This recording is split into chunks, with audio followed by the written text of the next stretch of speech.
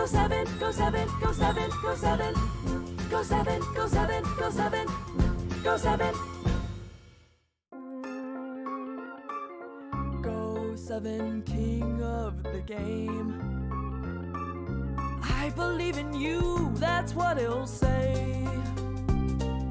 Nice and kind, leading cobalt ice. He's a blue, cute, and deadly little guy. Seeing through the fog, old gods he's slayed. Go7, Go7, Go7, Go7, Go7, Go7, Go7, Go7. Go7, king of the game. I believe in you, that's what he'll say. Nice and kind, leading cobalt ice. He's a blue, cute, and deadly little guy. Seeing through the fog, old gods he's slayed. Go7, Go7, Go7, Go7, Go7, Go7, Go7, Go7. Hey, oh, chat, and hey, there we are. Put on my little bow tie. 10, huh? Yeah. That's the goal, to get through 10 replays. This one shouldn't be too long. I guess it's a little. This map is so tall.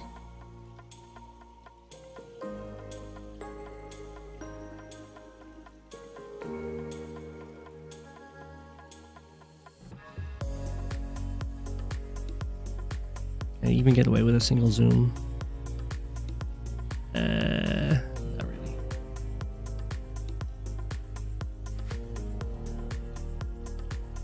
This is Shadows Chase You Spanndlessly, but with a Mario skin.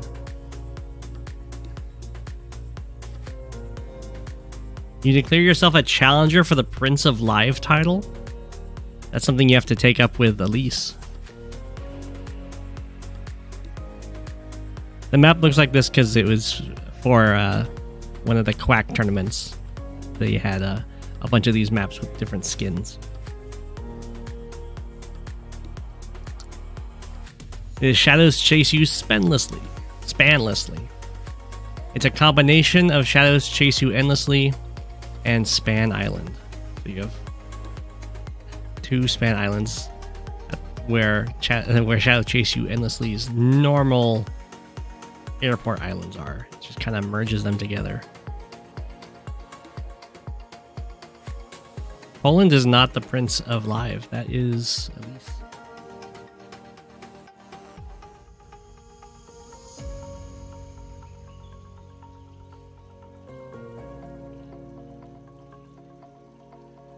Just got a notification. Andy and Kin copyright.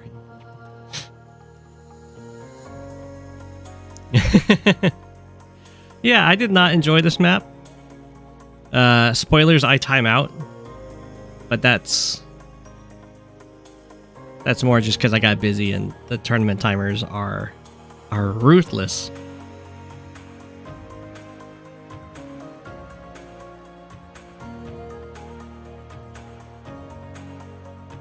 But I've already complained ample times about the tournament timers, so it's fine.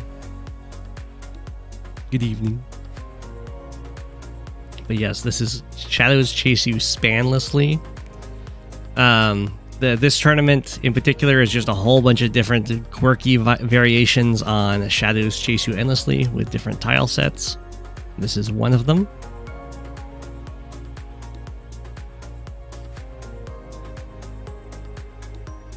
Well, they want the tournaments to actually finish at some point.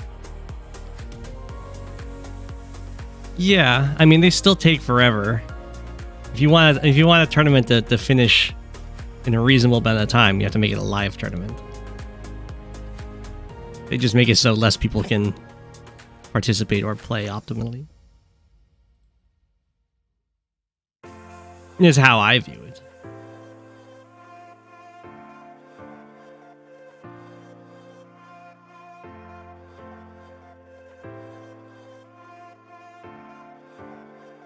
Or people are like forced to take vacations I don't know if they're forced to take vacations, but people will take vacations and they will in order to delay stuff because you're joining the tournament, and if you stick in it, like you can join it in your part of your life. You're like, oh yeah, I can easily play these games, but you have to keep in mind that you're going to be in this tournament for months, and you have no idea if you're still going to have as much time months down the road.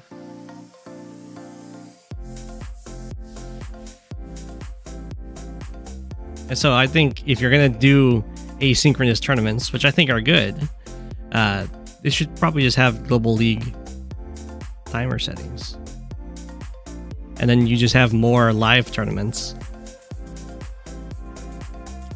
if you want the quick finishes.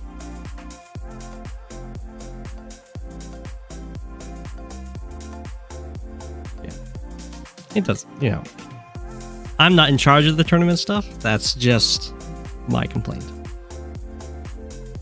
I'm not the only one that has trouble with it. But of course, I've always had problems with timers, so I will be keenly susceptible. Super Mario Bros. 3 streaming, yeah. So this tournament is also a tag tournament, and I believe that the first CO is a higher tier than the second. So I kind of picked a lower tier for my first CO, going Kindle.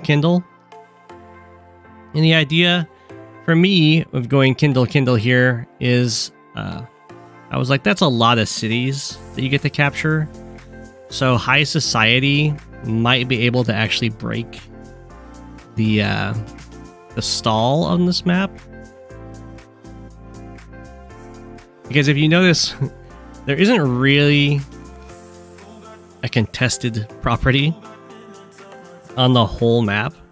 The closest are like these, but from everyone who's ever played Shadows Chase You Endlessly, they'll know that they only look somewhat contested, but they are not at all contested.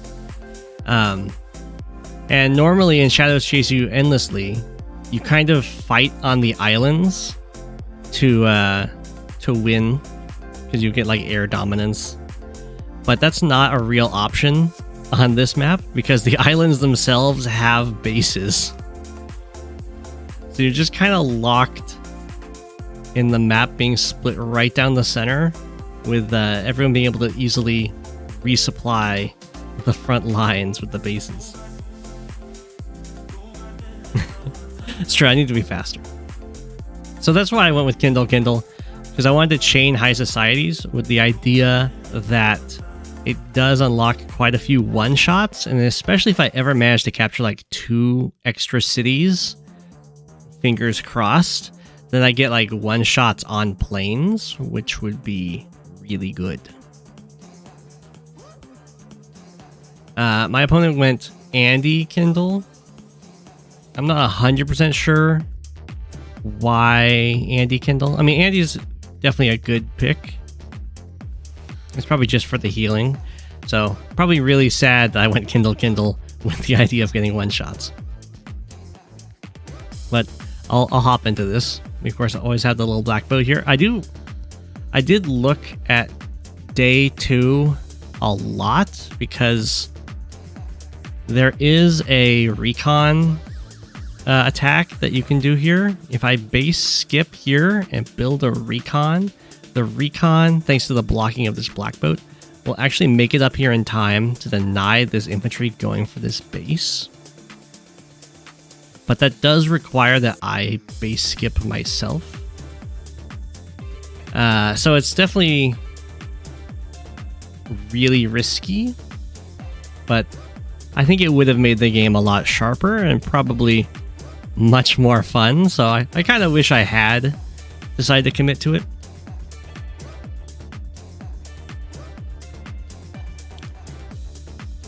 It would have been quite the exciting experience. So we're both basically beelining it to the bases. I'm being really, these movements don't really matter. I can go here and then here. It's the same speed because of the blocking of the black boat. And then as long as I go here, walking down to here into the base is the same as walking over here into the base. So the black boat can no longer prevent me. It's shadows chase you Spanndlessly. Okay. So we're also going to have a pretty low econ for quite a while because we're going to have 4 bases online. And that just increases the amount of spending you have. But for the most part, it kind of just plays like shadows chase you endlessly. I do go for a very fast artillery just to maybe ward off this black boat from going for the harbor block, just so I don't have to deal with that. And the artillery is always good if you want to defend any of your cities on this map. So you have a tank first over there. The black boat has no fear though, but I am Kindle. So I'll go stand on the city, ready to fire, guaranteed 2-shot, and then a tank to match the tank.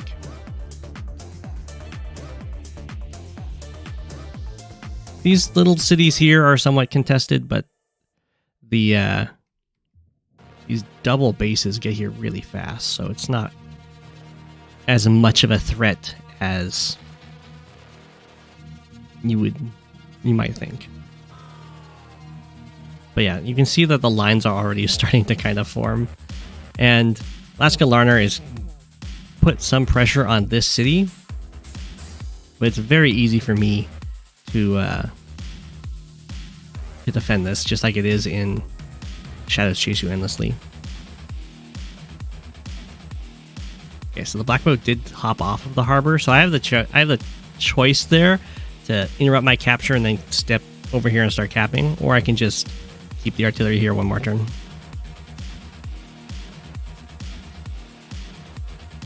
The point of the map, the point of the tournament is JJ Empire 64, who runs the tournaments, really likes this map, and oftentimes would have standard tournaments end with this map. So to go along with that joke, this tournament is all about this map.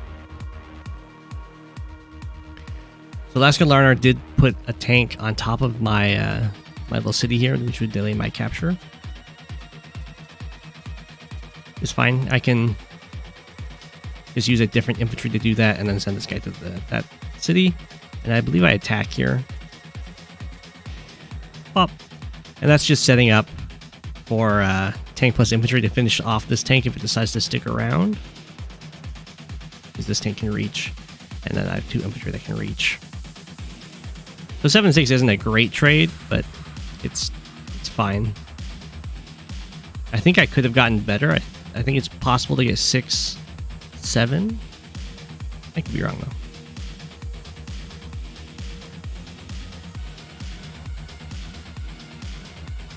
The tank decided to stick around and go for another shot, which just kind of sets me up to kill it off and end up being a tank up, which I was very happy with.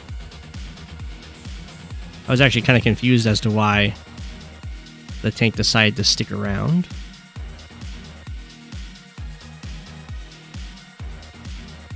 Start all captures down here, and very quickly this is just going to become a stall. A little stalling front right on this choke point.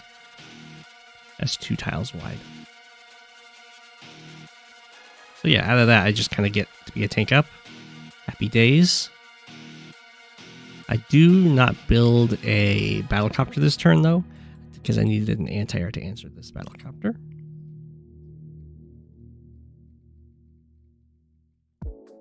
And lots of battlecopters will be seen on this map because we do have a lot of money, and the battlecopters are something that can actually like front switch.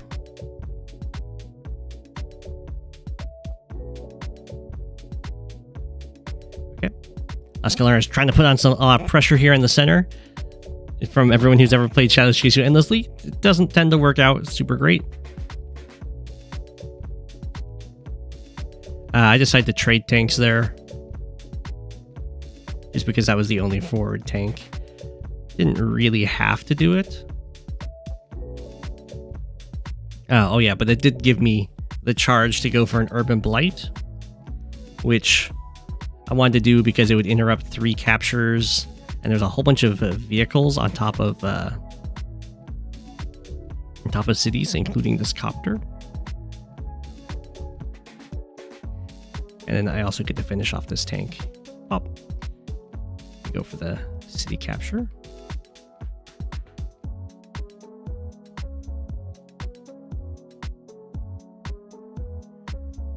But now, well, almost now, I guess. There's just a few properties left before the stalling starts. And here I'm going to swap COs. So you always have a choice in tag whether or not to keep your CO with power up in front. And if you do that, you have, of course, the power active during your opponent's turn. Or you can swap COs, in which case your power ends and you're able to generate more charge again.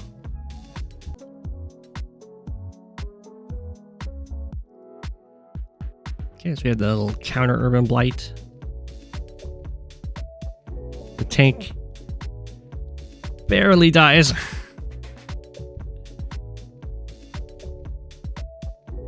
Okay. LaskaLarnar is pushing center, trying to take my poor city from me.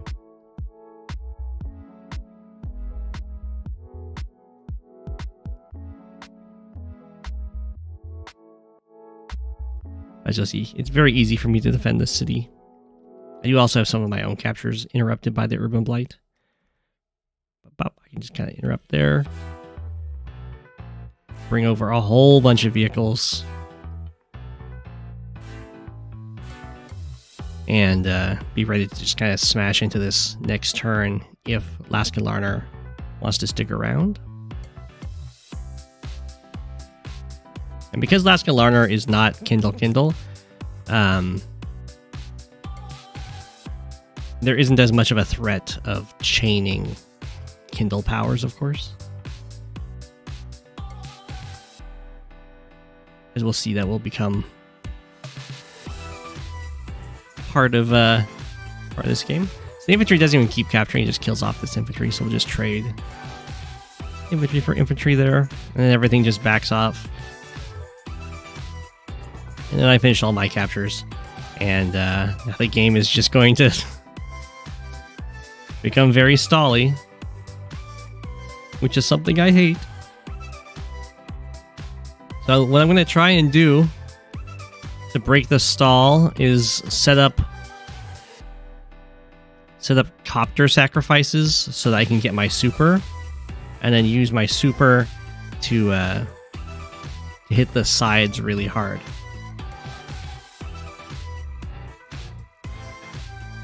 So here we go, bunch of units going up on the side. I'm not quite sure why LaskaLarnar has so much stuff in the center. Like, the attacks over here, they're so hard to pull off.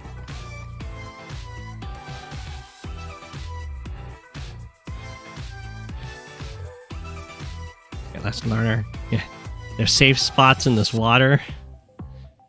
So the copter can just kind of chill there.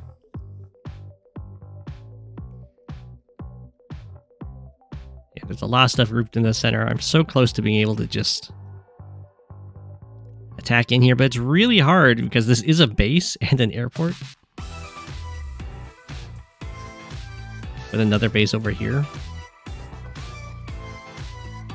So I just kind of inch forward, trying to find a good opportunity to give myself the super, while also having like actual targets, because the super for Kindle gives a lot of firepower, but it doesn't actually give any movement. So here LaskaLarnar just kind of sets up a wall right in front of my wall, which is not usually the thing you want to do. You want to have some sort of gap, or you want to like attack. This was a really weird placement too, because I did have a Kindle artillery on the city that just kind of kills that infantry. I don't know why that was part of that, but we do have a very long wall here. Pop.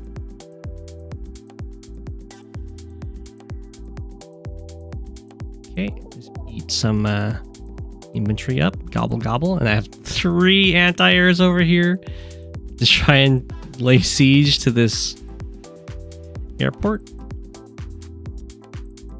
Infantry is the gap, yeah.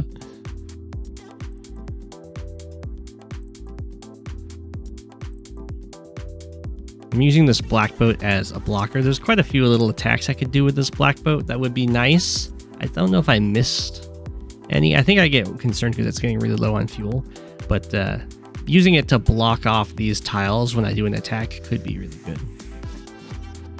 I did buy a rocket. I was like, fine, I will try and accept the reality of stall, and I will buy a rocket. I felt awful for doing it.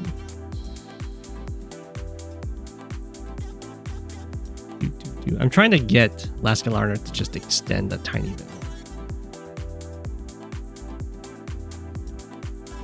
But I do have it. LaskaLarnar went with a medium tank. A very beefy unit.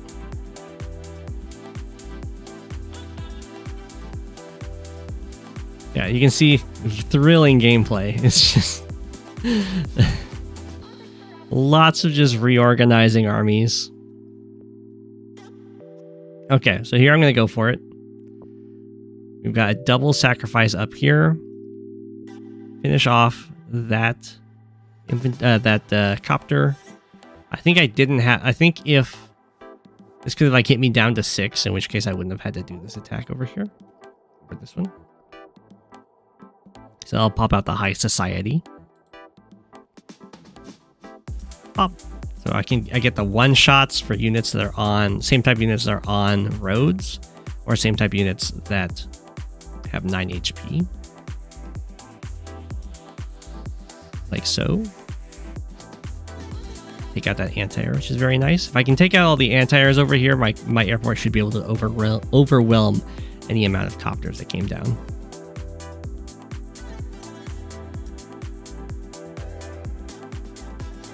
Pop. And then I get to eat every single artillery here. Just pop, pop, pop. And here I'm not quite sure. There's quite a few different ways I could have done that. Or no, I couldn't actually use this guy over here because it's infantry.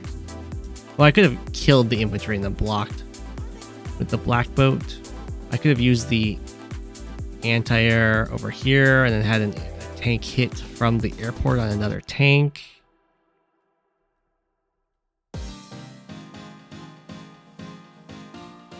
Yeah, I don't know.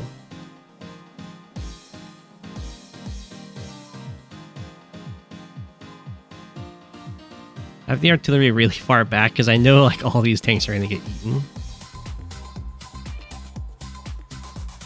But that's okay because that will give me enough charge for the super, another super on the following turn. So I swap the COs so I get the charge. A nice swing, but you can never trust unit count and unit value in the middle of a brawl.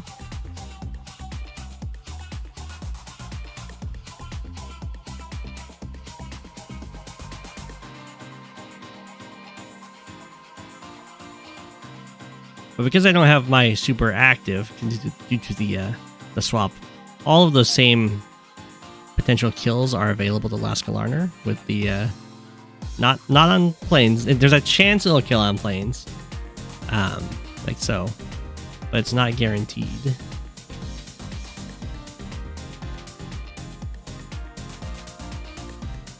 And then the big difference we're going to have here is that if LaskaLarnar swaps out, it sets up for an Andy super rather than another Kindle super.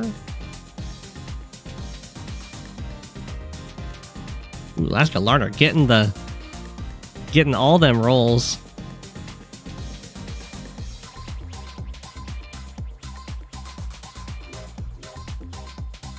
Didn't get that one.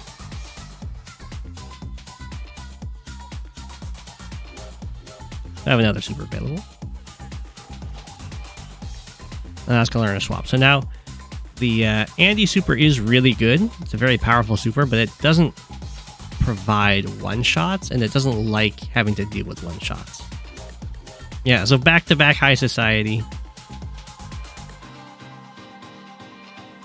Lots and lots of killing. I'm trying to make a wall that could possibly hold.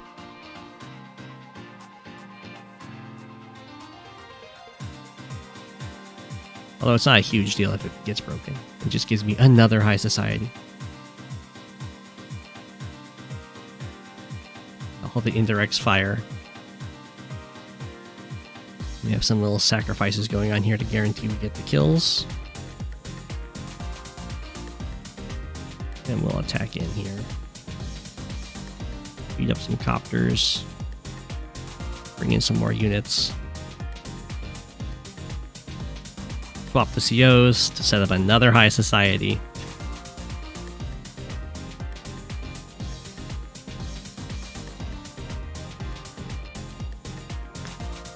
And then here we go. LaskaLarnar uses the hyper upgrade. Andy super. It apparently has to do some sacrifices here. I'm not quite sure. I guess it was to guarantee the medium tank kill. Comes through and beats up my poor innocent copter. Yeah, see, he takes 2 units. Doesn't even kill the anti-air.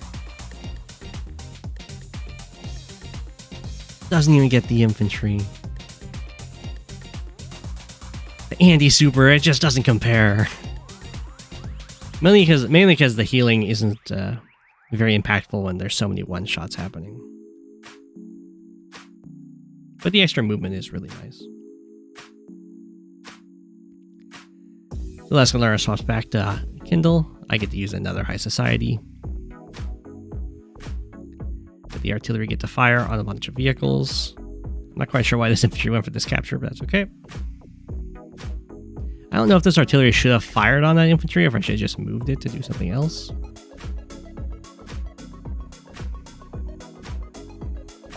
To take out that infantry, or that copter. Arguably, I should have gone for a different attack over here that might have tried to work this way. Or maybe I shouldn't have even dove in there in the first place.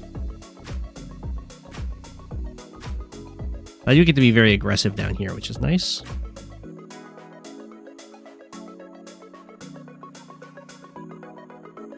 And that's the reason I'm doing so much better down here than I am up here. Although I'm doing okay up here, is because the top is where the unit sacrifices happened in order to get the first super. Now I'm gonna make at this point I've become much more busy and I don't actually have the time to sit down and move plan, so I'm doing all of this on my phone. Like in a lunch break. And that does result in a very silly mistake. And the silly mistake is that I end the turn instead of tagging out, which ends the high society chain, which is really bad.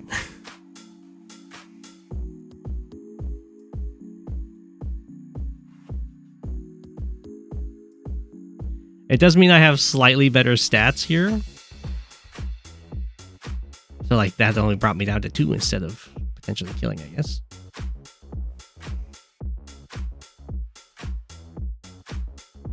But I'm not getting any charge, so it's a really bad mistake.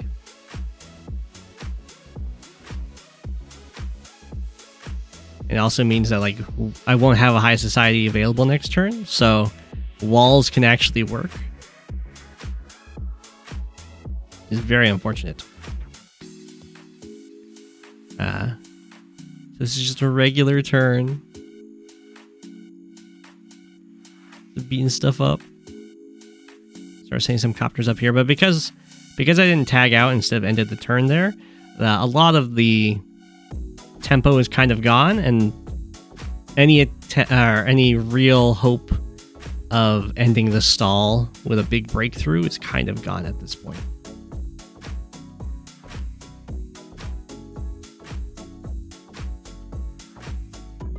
It's a real shame. So now everything's just gonna kind of evolve into being unable to attack again. Oop. Okay, for some reason the replay doesn't have that turn, but you can see not much happened. It's just kind of backing up, trying to get out of rocket range and not letting my artillery get gobbled up. And then I have to back up over here. There isn't a good attack, sadly. It's double artillery staring at this.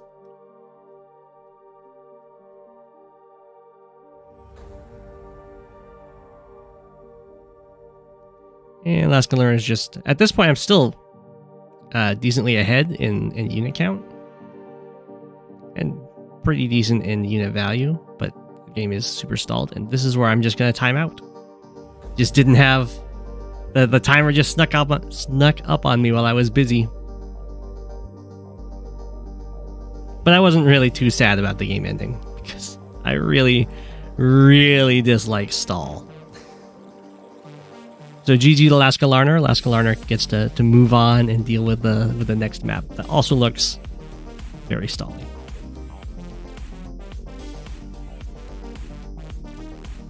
You went base skip to all your bases in the mid game.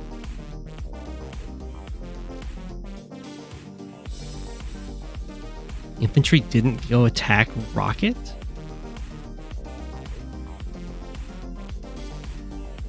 When could an infantry attack a rocket?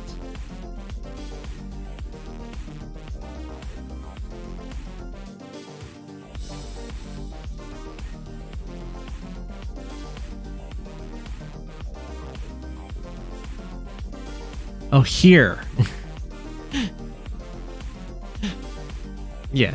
I mean, that would be if I had high society, maybe. That's not going to be a great attack, though.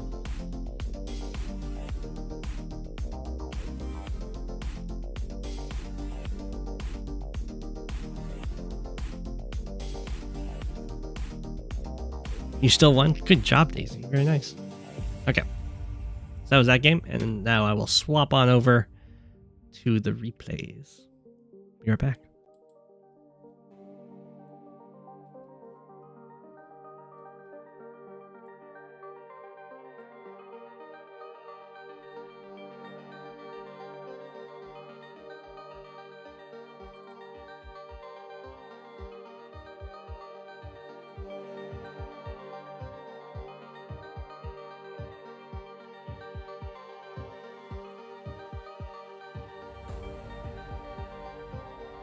Oh, chat got much smaller.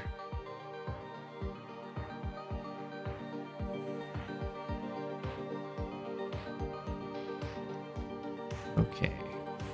He just still has yet to find a good time for us to go over his game with Lord Frogneros. That one's still on hold.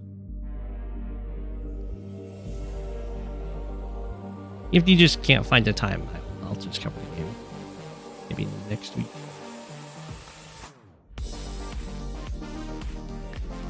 But skipping that one, we have Sloop John B versus Mr. Not So Cool.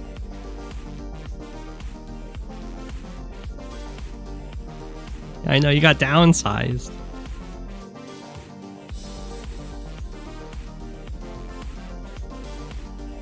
Alright, Mr. Not So Cool. Welcome to Coupled Ice. As Sloop John B is already Yellow Comet.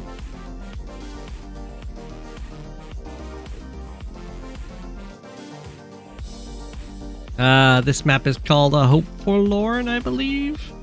Is that right? I should really know that. It's one of the maps made by Voice of Akasha, otherwise known as Hell Raider.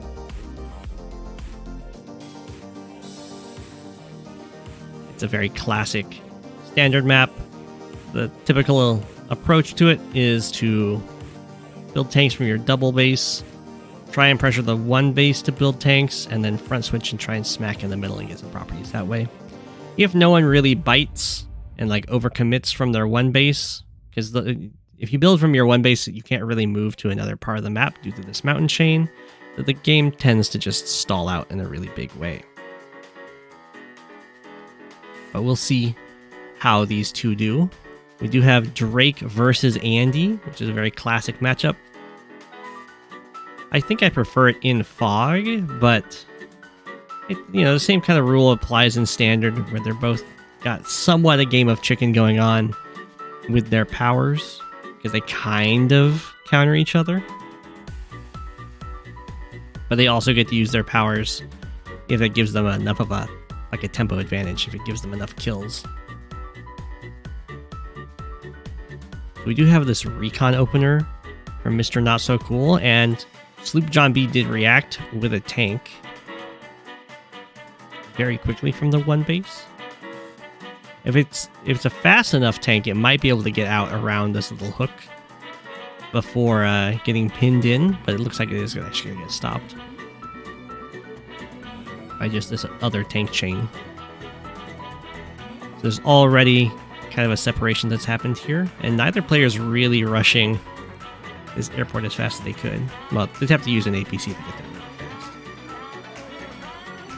The airport's really nice because copters can, of course, fly over mountains, so they can help defend over here and make it into the middle. Alright, Sloop John B. Investing a lot over here. Okay. Well, that should work out very nicely for Mr. Not So Cool, who will be able to use reinforcements to pin in these units while also attacking into the center, where there's quite a few properties.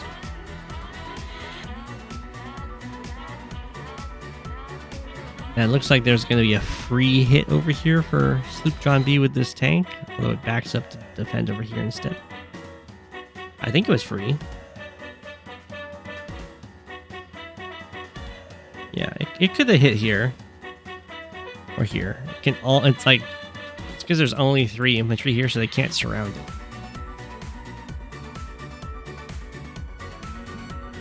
Wants to defend over here instead, which is fine. We have a tank first strike comes zipping on in here. Recon sits on the city. And then the idea here from Mr. Not So Cool is that while these 2 tanks will be able to wipe out this tank, the reinforcing tanks here will be enough to then overwhelm these defending tanks and the artillery.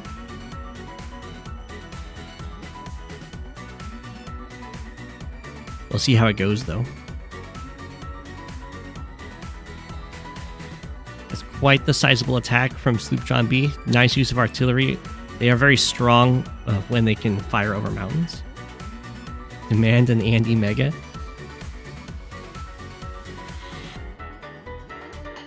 Okay. So the tanks come in here. Kill off that tank. Kill off that infantry. The artillery is going to get to fire on a tank.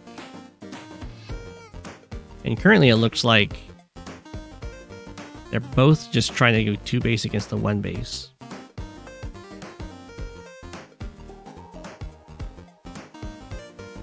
Oh. So it looks like Sloop John B has more of a contain going on here and is actually starting to move into the center here, where Mr. Not So Cool is very determined with this attack onto the 1 base.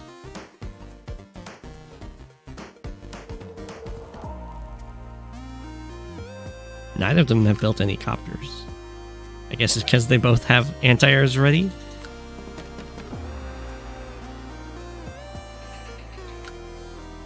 Okay. Well, this is looking pretty good for Sloop John B.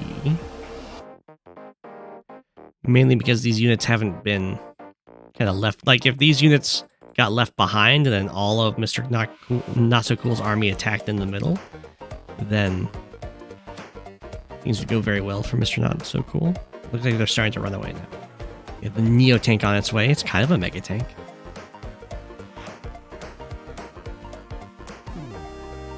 Trippy dog.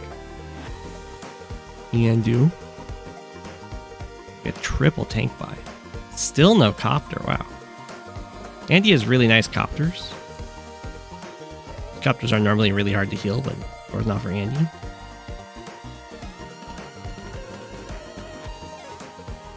We have a Neo tank from Sloop John B as well. Okay.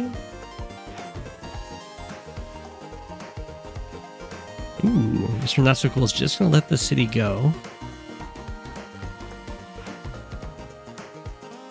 Move some tanks down here. A little indecisive.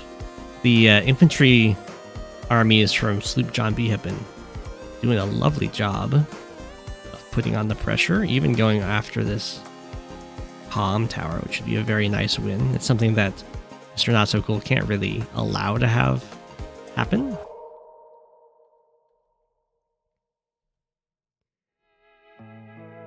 Okay. Strike over here. Interrupt the comm tower. We have a medium tank approaching this entire army. And then Mr. Not So Cool is going to have the ability to have the super available, which will give that +1 movement and let the Neotank potentially zone other Neotanks very effectively. And Sloop John B has the super. Okay. I was going to say, probably only wants to use the super if it does allow for some sort of breakthrough or meaningful kills. Because otherwise, Andy just heals off all the damage. So we'll see how this ends up working out. Looks like the idea is to use it to secure the comm tower.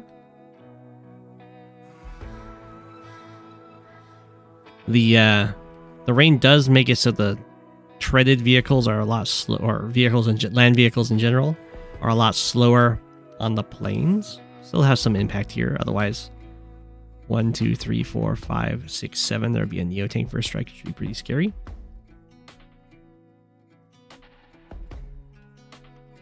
But that doesn't matter when it comes to all of these roads.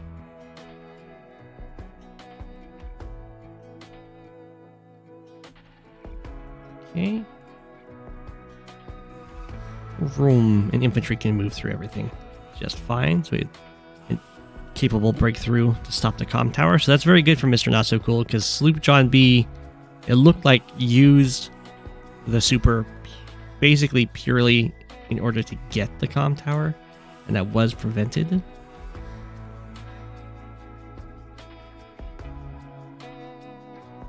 And now we finally have some copters being produced. 1, 2, 3, 4, 5, 6. Ooh, we do have a Neotank against a medium tank strike, which is really nice.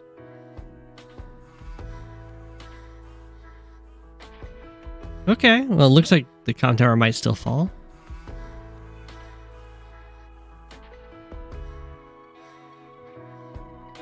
So maybe the super was not quite so much in vain. Ooh, the tank didn't quite get the kill there. Finish that off. Beat up an artillery. Looks good. Once all the artillery are gone, then it'll be very easy to just kind of chain Neotanks to try and win back this side. But this comm tower is going to fall. Breakthrough here, hit this artillery, hit this infantry. Okay. Looks like Mr. Not So Cool is going to go with comm tower trade as the plan.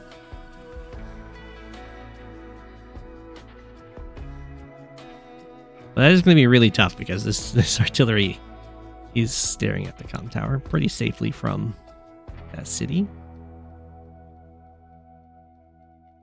And now we're going to see just how effectively Sloop John B can defend here and over here. Defending 2 points at the same time can be mighty challenging.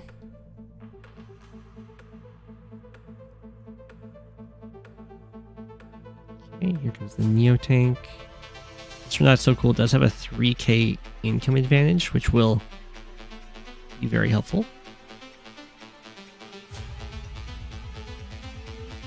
Comm tower does get interrupted. Ooh, the recon even died at one shot there. I assume we're gonna, yeah, I was gonna say, I assume we're gonna see a Neotank here. I'm surprised we haven't seen any air. I mean, Drake air isn't that great, but it still forces stuff out of your opponent. And Mr. Not So Cool's anti-air does look like it's potentially attackable. Well, not anymore. Just run away.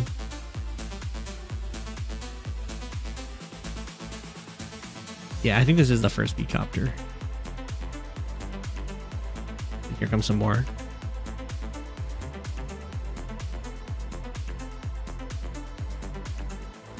Okay, it looks like things are starting to stall a little bit. There's not very many infantry over here, so I think Mr. Not So Cool is trying to injure the ones that do exist, so that any of the captures that they end up going for are just going to be really slow. It does look like we're about to have that front switch. Just leave this section behind and just fully attack the other part of the map. Whoa! Okay, so I see we have an Andy stealth. I would never... I never recommend a stealth against Drake, because the fuel problems are severe. But Drake did respond with a fighter.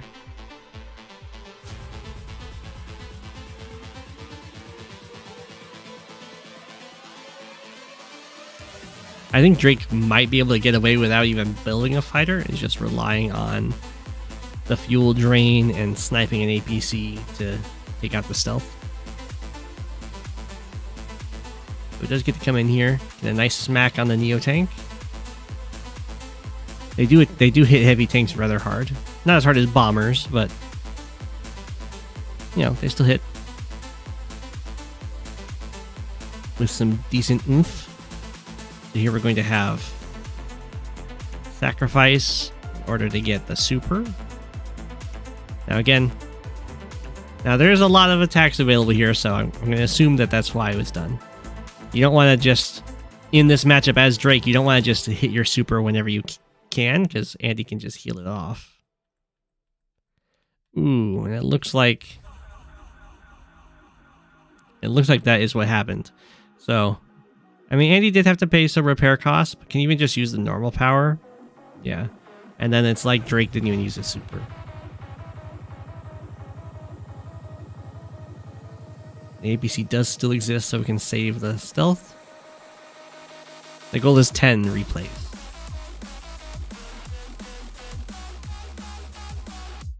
Okay, but we're still kind of stalling out here.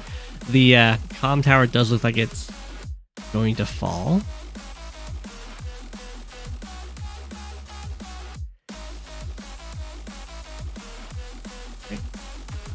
So now they're back even on comm towers, but Mr. Not So Cool does have that nice 3k advantage, as well as now a charge advantage due to having super for normal power exchanged.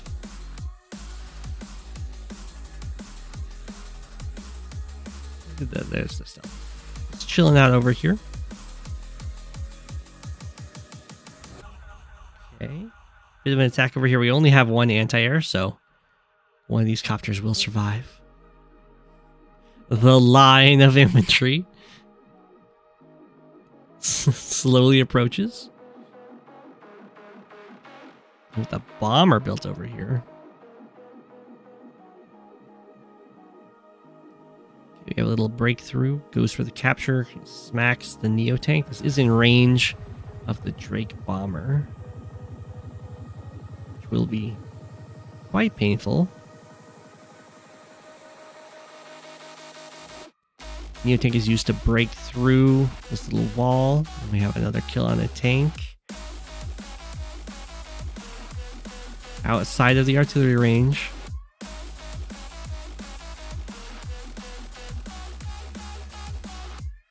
Yeah, the APC and the stealth are now really far away from each other. Well, not really far away from each other, but they're across a mountain range from each other. So the stealth is going to have to spend some time going back to the APC rather than the APC being able to chase down the stealth. Okay, we have another Typhoon. This does set up this Neo tank to be at minimum health, so an infantry should be able to one-shot it, or send the tank to do so.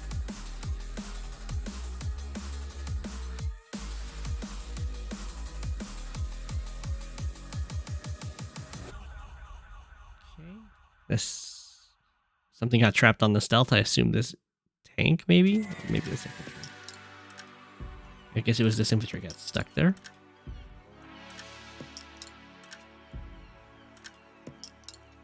Rest in peace, Andy Stealth. We knew you well. That was a much better... That was probably the best Drake Super we've seen so far. A lot of attacks were made possible because of that, rather than having it just kind of healed up by Andy so easily.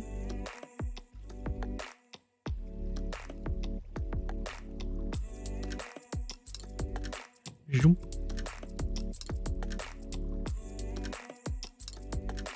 Okay. Tank takes out the Neo tank. We have anti-air smack the bomber. Very painful. Comm tower under threat. Fighter gets beat up. Bunch of tanks get beat up. All the tanks over here get beat up. It's gonna come down to how scary is Drake's army up here. There's a medium tank to help out.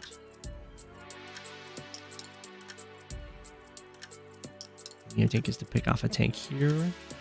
Bomber's a little scared, understandably. 1, 2, 3, 4, 5, 6. This doesn't actually cover the bomber from potentially being attacked by the fighter if a breakthrough happens. The Sloop John B just resigns. I think that's pretty. I mean, the fight up here is definitely still ongoing, but down here it does look really rough. The double anti-air does make this airport really sad. The artillery here doesn't have any targets. This one kind of has to spend its time interrupting the comm tower. It was a lot of repair. GG. It's really important in this matchup to save your powers for meaningful impacts rather than just kind of using them.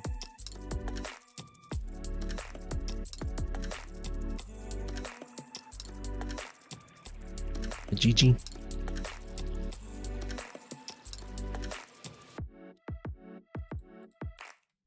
Okay. P-Dog requested that we delay that game, so we'll move on to Palmer.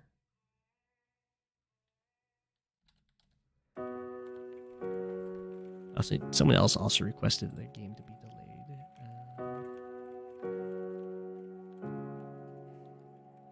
Okay, that one's not coming up yet. So we got Palmer versus Lee Rock 101.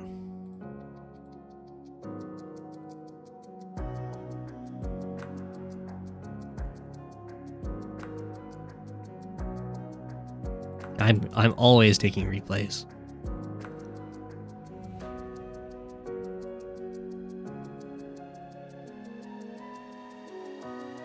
Okay. I don't know who this is sent in by. I'll make Palmer into a couple ice because I can, and Lee Rock will be Yellow Comet.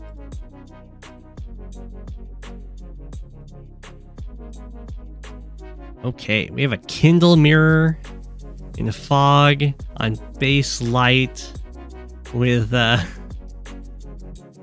nice backwards airport. This is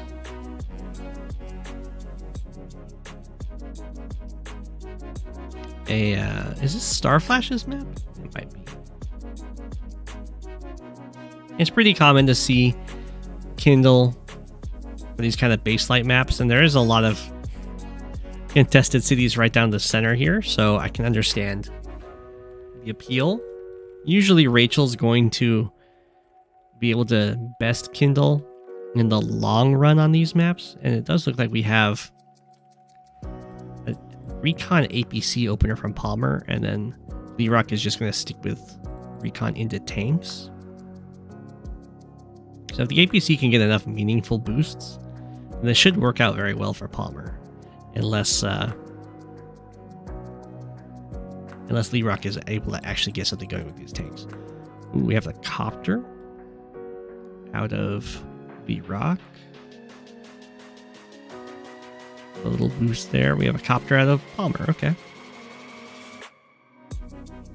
So oftentimes what happens for these tank openers in fog is that the tanks don't end up getting anything done. They just kind of sit around and hope something falls into their lap, kind of like what happened over here, but the tank just finds a target and then hits the recon.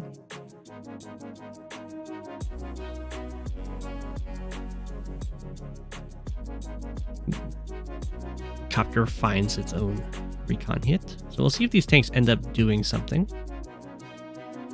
Otherwise, they could have been other units. Okay, this one does find a nice attack across from the city, especially in fog. This is true when you're fighting anyone, but especially if you're fighting Kindle, you do not want to leave your units next to properties. But that's true for when you're against anyone in Fog of War and you are sending your infantry to like capture properties. You never want to end your infantry next to a property because that gives them a nice opportunity to attack you from a defensive tile. Like if you're approaching this city, being here and being here are the same number of turns to make it onto this city, so you would just choose to be here, even if that's not taking your full movement, anything like that. Or ideally, you're in a forest.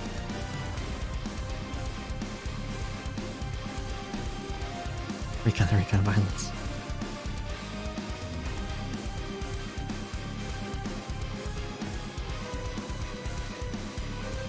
Yeah, new submitters do get priority. Yeah, I do not like base light and fog.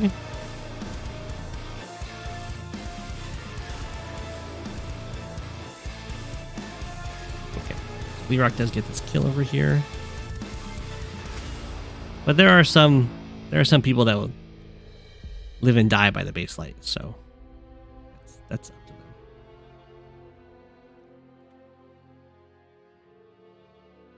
Okay, so we have pretty much easy captures for Palmer down here, and then an aggressive movement up into the center here.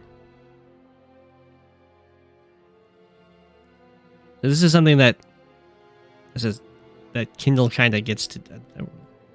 This is a little bit of a mistake, but something that Kindle gets to do is go for these captures and then have vehicles ready to attack from that property that's going to get interrupted. So the mistake that happens here is pretty much just a vision one. Actually, I think Lerock actually knew about these two units, so should know that copter infantry kills infantry, tank gets to hit from the city. You hit this other tank, which would be a lot better. Because not only is that increased firepower for Kindle to attack from the city, but it also means that the city isn't so easy for your opponent to attack from, because they have to clear your tank off. So that this infantry also can be done. So there's Kindle things, a copter will just one-shot another copter, like so, when attacking from a city. We have an Urban Blight. As an Urban Blight, I assume just to go after this comm tower? I would highly recommend saving your Urban Blights and for when you actually see a nice purpose for them. The kind of like repair damage is okay, but it's not something that you can really rely on to be impactful. Oftentimes you'll want to use your Urban Blight in order to clear a city, because that 3 damage means that it's a lot easier to kill the unit that's on top of it and then use that city to attack from with the Urban Blight's extra Kindle firepower. Urban Blight also, when you just kind of have it available, can make your opponent really cautious about repairing their units. Because nothing's worse than going to repair your 5 health unit and then getting hit by an Urban Blight. So it gets knocked down to 2 and then repairs up to 4. You don't want to go for repairs and have your units end up in negative in health. And yeah, you can just sit on your Urban Blight without wasting the power, because you do have all of the charge for your super to rely on as like a bank. Okay. I would probably not join in. I mean, it's not so bad. It does make it a nice full health copter, but it does also remove one of your unit counts. And 1 health copters are very helpful, because they do have a vision range of 3, and they fly, so they can make for very good and expendable scouts.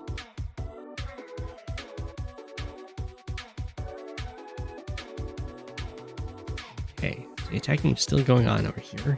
See, these kind of setups are very dangerous when you're going against Kindle. You really want to do the clear the city and then stand on the city, so it's not so easy for Kindle to just smack you from said city.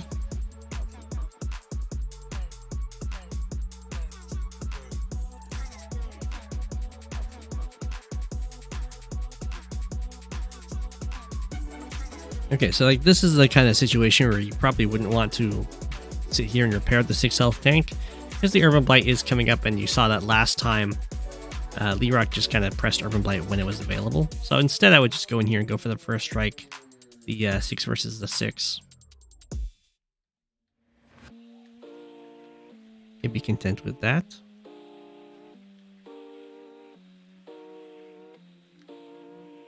I also wouldn't put my medium tank on the HQ to heal, because see, now it's going to just, it'll cost money, but also it goes down in health, and that's why being wary of repairs when Urban Blight is online is a good idea.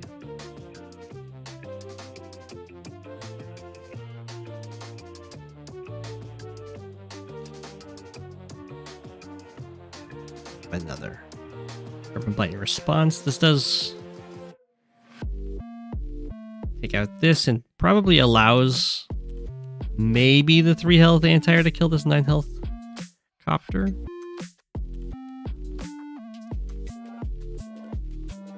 Okay, I only did 6. I thought it would do more. Overestimating Urban Blight's bonus damage there. Wasn't a high society.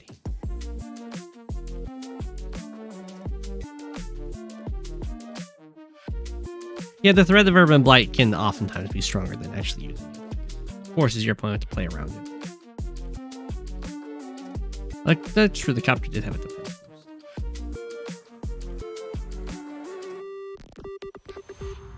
So whenever we're talking about a base light game, the infantry count is going to be a huge factor. So right now, Palmer has 8 infantry, Lerock has 5.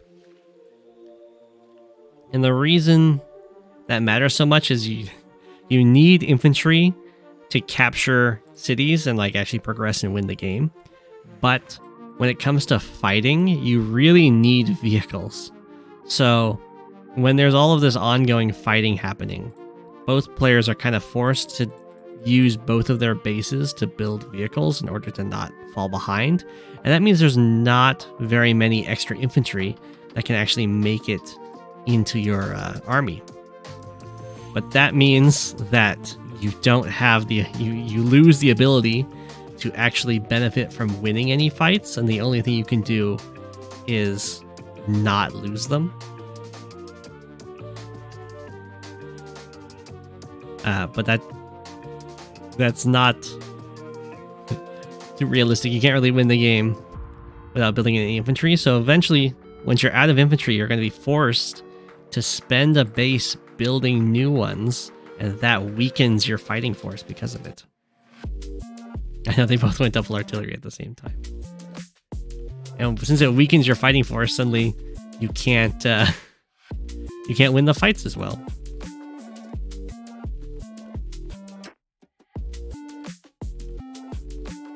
So it's always it can sometimes be a very quick death, but it's often a sign of a bad sign in especially in a base light game, when your infantry count gets lower than your opponent's by a significant degree. Palmer currently has a 3k income lead, which is really nice.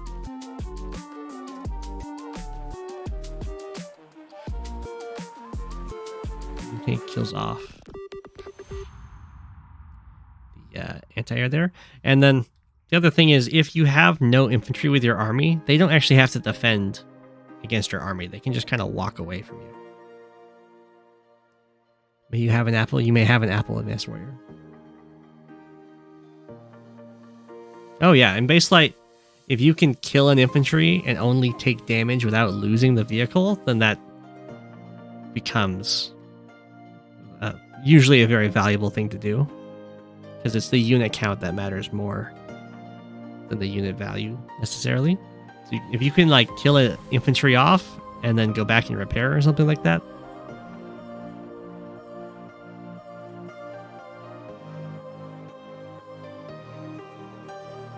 Okay.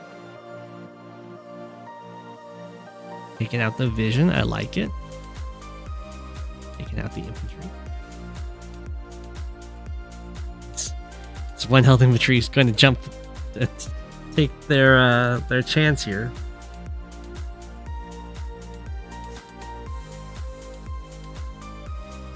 Artillery kills off a tank.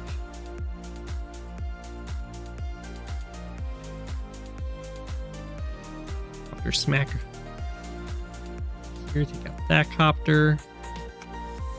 There's not very many infantry left, but there's still one over here to go for a capture. And it looks like it's going to be a nasty capture too, because the only thing over here is another thing about being short on infantry is you're forced to use vehicles to hit infantry. And this medium tank would love to hit another medium tank. It doesn't really want to move over here and interrupt a capture.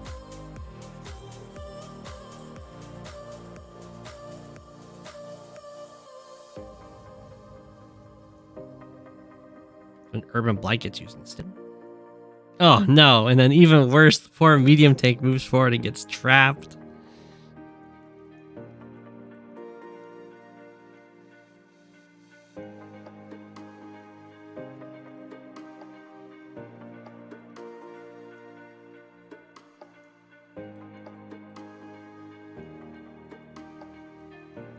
Ooh.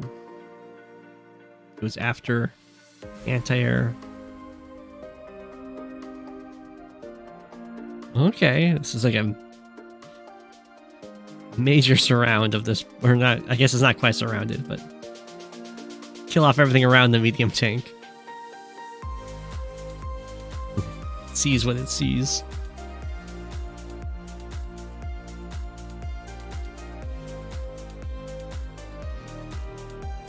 Oh man. This is a weakness for these heavy vehicles in Fog of War, is if they do have all of their supports taken out, it's so easy to trap them.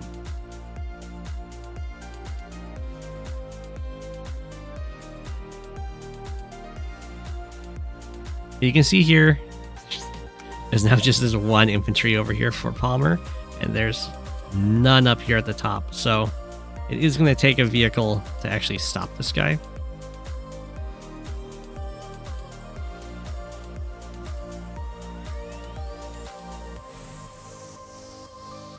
The artillery is going to get a shot at a Neo tank, which is kind of nice. Lee Rock ends up resigning. Yeah. I mean, if Lee Rock was able to kill off this infantry, it would be pretty much fine to like fall all the way back to the cities. But also being down 5k is not really tenable. They're not the cities, but the bases. GG.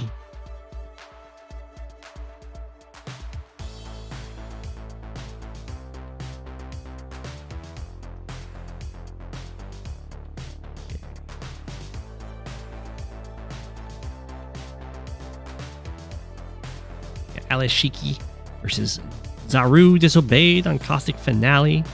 Adder versus Jake.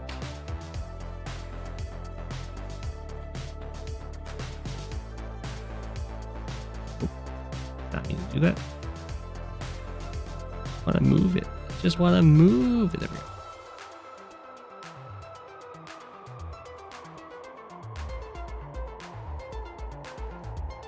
Okay. So this is another map made by Voice of Akasha, otherwise known as Hellraider. One of the very long-standing standard maps. Some people think it's flawless. I don't agree. I don't think it's flawless. I really dislike this top right corner. I guess I don't really like the corners in general on this map. as the meta has kind of developed, the artillery attacks over here are kind of brutal. The comm tower corner is pure stall, and then the two bases just kind of almost practically in range of each other. I feel like can very quickly end up just being an endless brawl, but that is my critique of the map. If it's not flawless, then you make it. I've made maps. They're also not flawless. Is that a good plan in Fog? Not usually, no. Usually what you would do is, if you've killed off all their infantry, you just front switch away and leave their army to stand around doing nothing. Yeah, I've made some maps.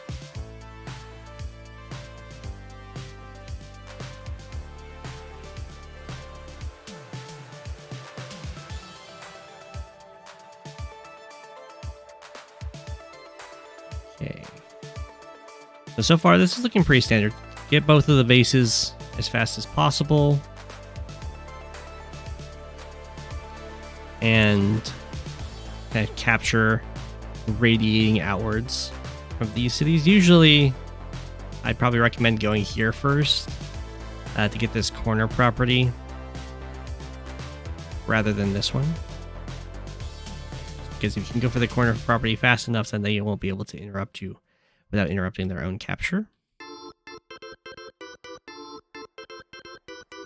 We have the tank first from AliceShiki.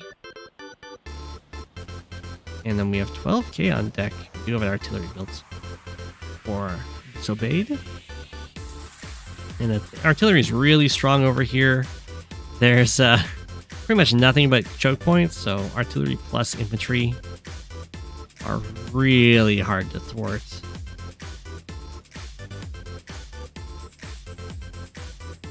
And there's these two properties here that are often very contested. It takes 3 turns for an infantry to start capturing it, but only 2 turns from both sides in order to interrupt. So you need like a 2-turn tempo lead to kind of get the property.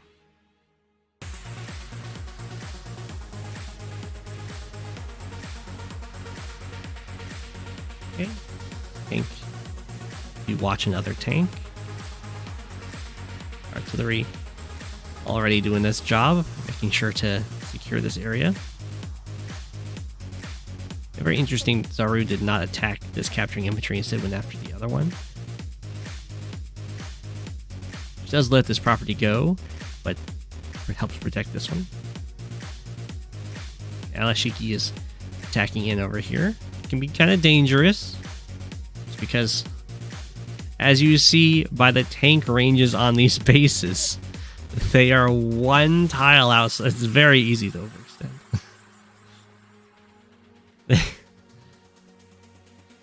Really, the real overextension is when you get into the range of this base.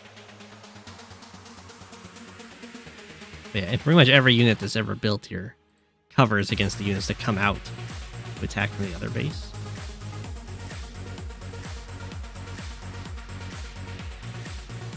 Here we go, we have the artillery set up with all these choke points, starting to go for this capture. Will, while also being very easy to resupply with infantry blockers, which kind of bleeds this base dry.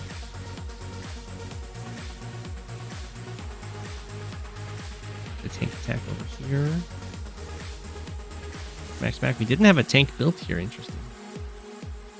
Built down here. It does still get a nice first strike. Surprised that we actually had the tank built here. I guess it's just to help stop this base from being, or property from being captured. I would have thought it'd be built here because of the kind of non-stop brawl. You build a tank here and it's gonna have a target.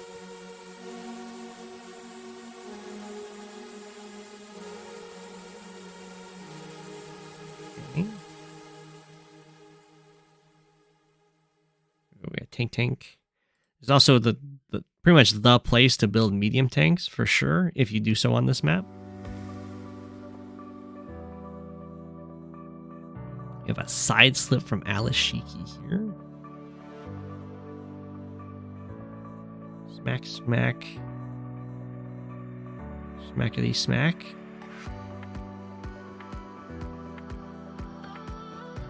We have complete block a wall off over here so that Xaroo is not able to capture. Huge shift of army up into this corner. Now, this would probably have been the time for AliceShiki to maybe build an artillery, because if it does kind of look like this base is about to get pinned in, and artillery only take one turn to get in range to try and base lock here.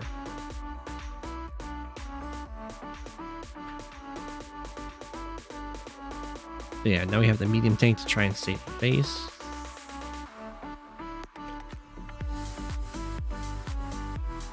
Okay.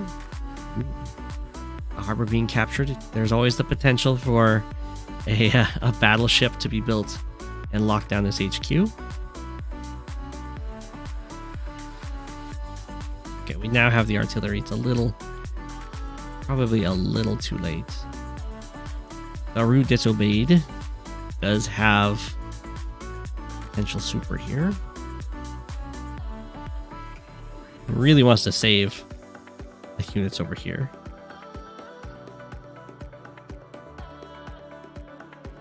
Okay. Looks like the harbor is going to fall. So, I mean, AliceShiki doesn't have enough money currently to build a battleship. So we'll see how much money gets saved. Ooh. You have the attempt at an HQ cap here.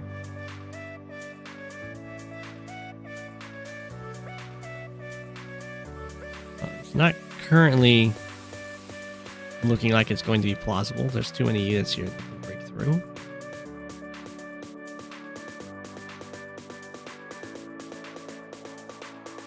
But the HQ caps can definitely happen on this map.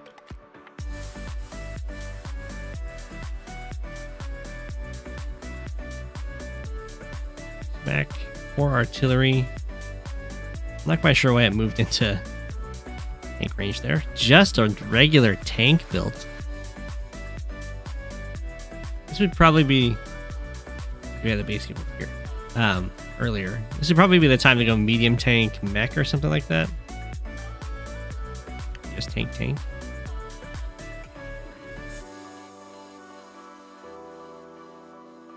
I mean, there aren't that many healthy tanks left for AliceShiki yet. A lot of them are just kind of injured. So they can do mass sacrifices, but I don't think they'd be able to make a strong enough wall. Especially because the mass sacrifices here don't actually work because you'd have to get off of the HQ.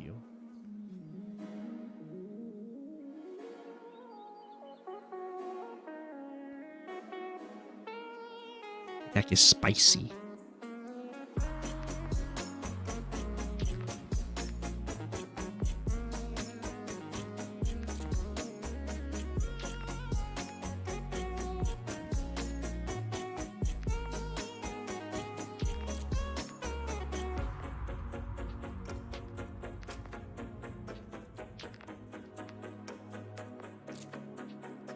We have Dark Raider versus Daisy is my name. Don't you wear it out.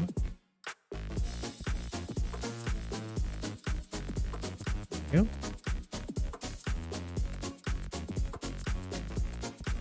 There are 2 days of replays this week.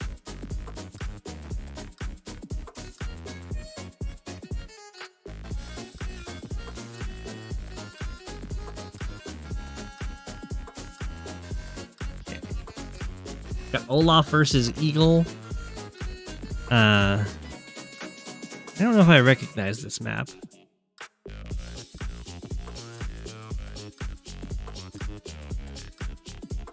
That's okay. I might. It does have double base, and then, well, it's kind of single base versus double base, and then airports just kind of in the center. So they can go to either side. The HQ is just out of battlecopter range, but not bomber range. 1, 2, 3, 4, 5, 6. It is just out of tank range. So there's some serious potential of an HQ capture. There's probably a Sami rush to get the HQ, considering you can like drop off. Let's see here. 1, 2, 3, 4, 5, 6, 7. 1, 2, 3, 4, 5, 6, 7. It's not quite in range. If it was here, you drop off, then APC would just go over and stand on the shoals to block the way, and then the infantry would just capture them.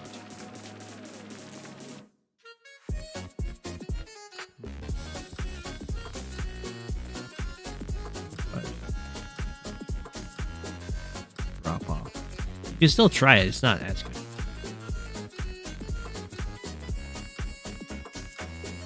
Okay, but here we have Eagle versus Olaf.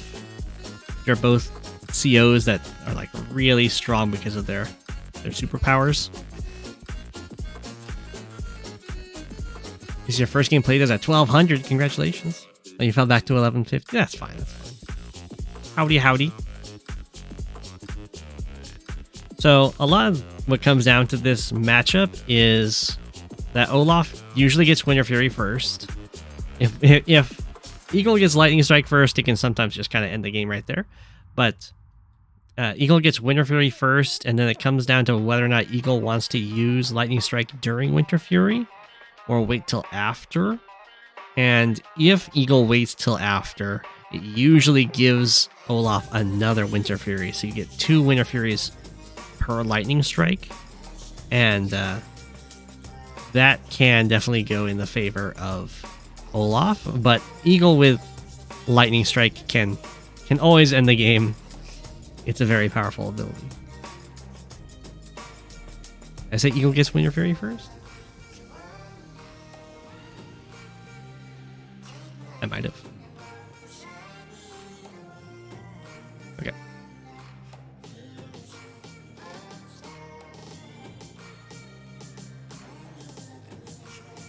We have a nice move out here. The double base is using this as kind of the strong side, the side you put more investment in, so that you can force their one base side to choose between building infantry and building vehicles, which will then make their capture game weaker and make it also harder for them to actually interrupt your own captures because they don't have those extra units.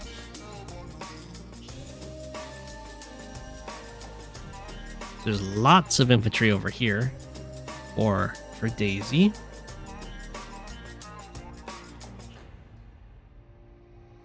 Which is really good for the one base side, so long as the infantry don't end up getting taken out. They do eventually need some support. I usually like, if you have a lot of infantry on the front, then usually an artillery is a great unit to pair with them, because infantry plus artillery can fight off like multiple tanks cost effectively.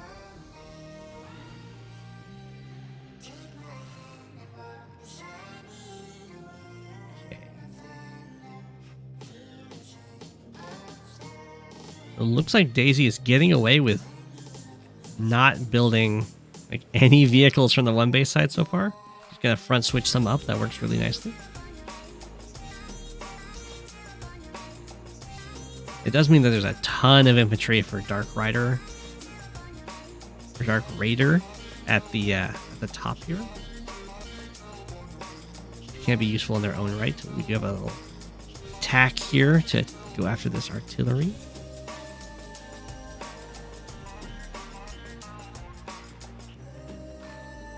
There's just a small one. This poor tank's gonna get beat up for it though. Goodbye tank. Goodbye infantry.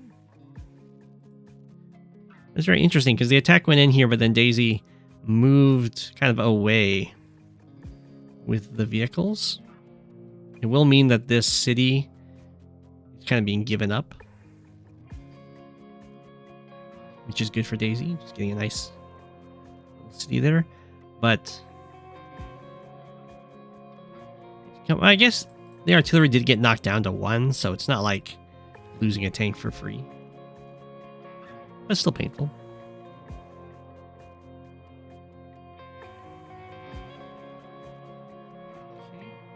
A nice artillery setup over here. Doesn't quite guard all of the infantry, but it's okay.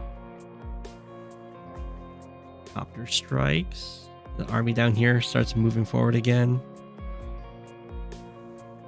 I do like what Dark Raider's doing here, where like striking where Daisy pulls away from, and then falling back where Daisy goes, and then starts inching back as this army tries to go back up here.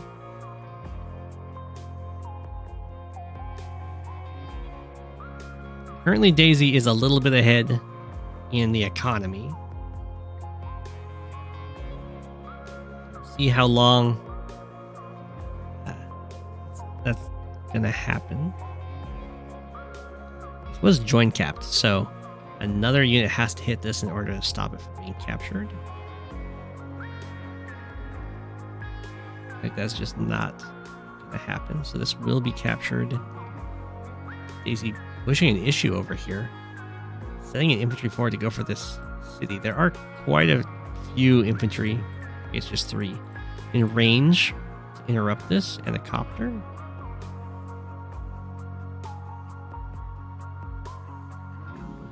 Break through at the top, get a hit on the artillery. This is happening in base range, so Daisy should be okay. Can always build it like a medium tank or something to hold it. Did I get your submission, Rishi?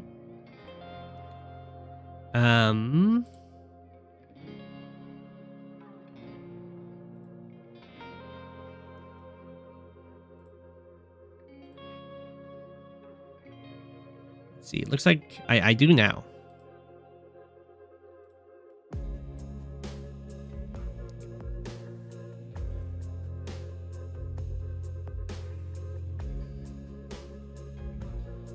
Okay, copters, of course, are eagle copters are stronger. I wouldn't use the 4 health copter just to do 2 damage to a tank unless there was a really important reason to do that. So it does look like this infantry just kind of got beat up. Doesn't look like it's going to be very easy to cover.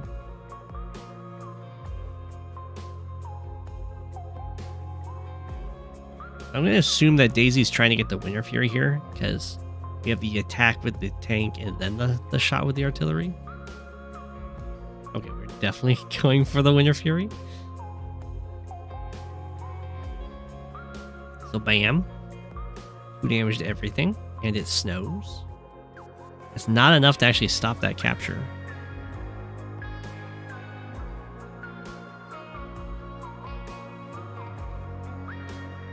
I would not attack in with these infantry. I would hold them back, because it's just going to be a trade of. It's just 2 infantry for 1 infantry, essentially. Just not a good trade. It could be a good trade if it was the only infantry, but that's not the case. So here, Dark Raider has. It's going to come down to whether or not the lightning strike happens this turn or next turn. Or kind of how the game's gonna go.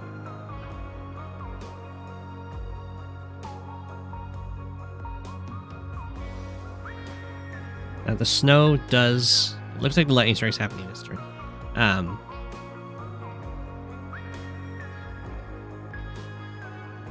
The snow does make the lightning strike worse because there's less mobility, but Olaf doesn't get any charge out of it, and so long as there's enough units kind of like right next to each other, like if Olaf just attacked you, then you can still get a lot out of the lightning strike, which is what we're kind of seeing here.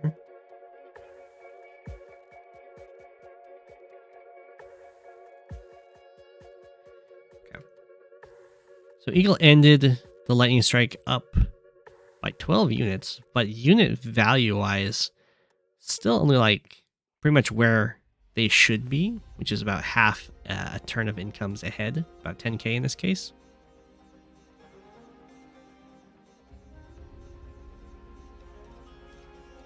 So that means that the Winter Fury is doing a pretty good job of equalizing with the Lightning Strike there, or vice versa.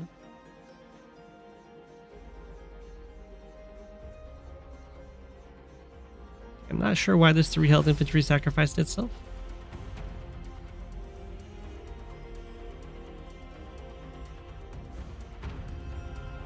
I guess it makes this capture turn slower.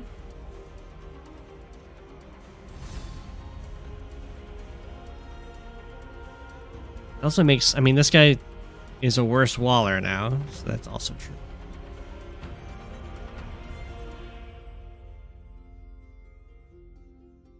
Okay, lots of attacks hitting over here for Dark Raider, who would really like to, if possible, move this fight closer to this double base.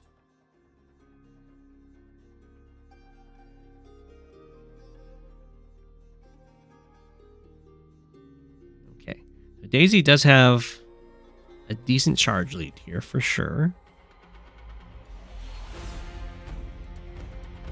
Ooh, was able to break through here, hit one of these artillery. Sadly, these tanks can't quite reach to help out with the fighting. A smack on that. All the artillery getting beat up. Now, Eagle tends to like the artillery because they hit hard, and they get to move and shoot with the super.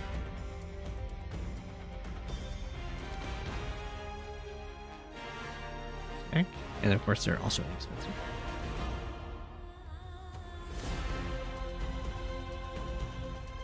Okay, I think I cleared out a lot of units for Daisy front shifted up here and helping with the one base's fight. But you can see Dark Raider is slowly moving this fight towards the bases. And they're able to do this because there's not a very healthy like squad of infantry with Daisy's attacking force here. So these, even though like this city is so exposed, it's not actually under threat of being captured quite yet.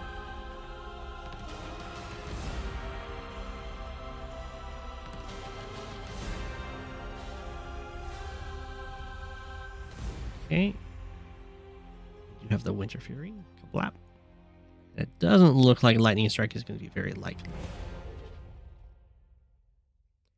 Artillery did get taken out, which is nice.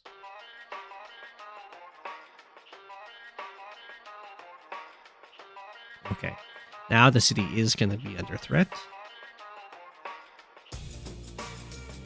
Which will be very good news for Daisy here.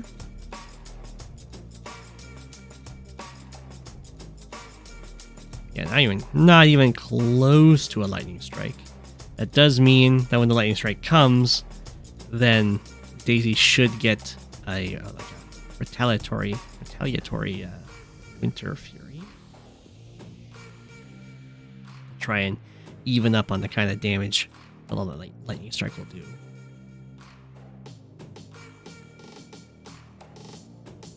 Well, that was a really strong attack over here from Daisy. Nice breakthrough over here as well.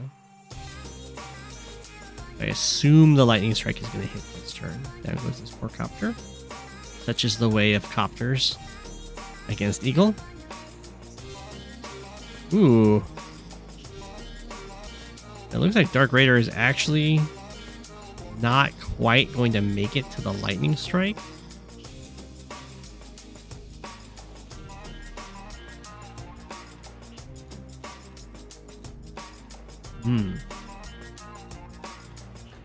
Does mean that the copter just kind of gets wasted. There's some more attacks happening here.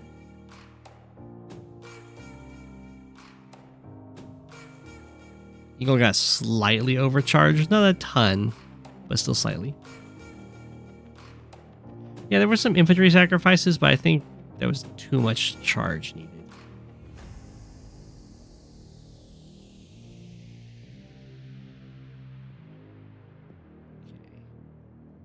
Well, now you kind of get into sticky situation as Eagle. You're like, do I even use the lightning strike? If the Olaf player is kind of somewhat set up for it and I don't get like a decimating attack. But if you don't use the lightning strike, then they get closer and closer to another Winter Fury. It's a lot of pressure. So that lightning strike wasn't super scary. It wasn't even enough to quite give that Winter Fury, although it's about to happen. Wham!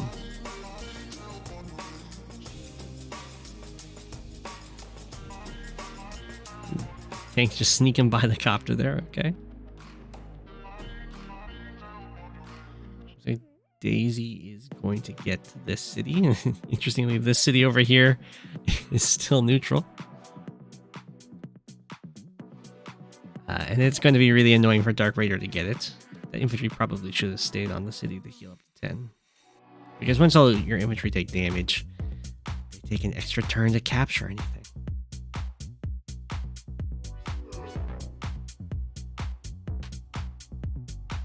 Big ol' attack over here. We have anti-air plus copter. We have more anti-air.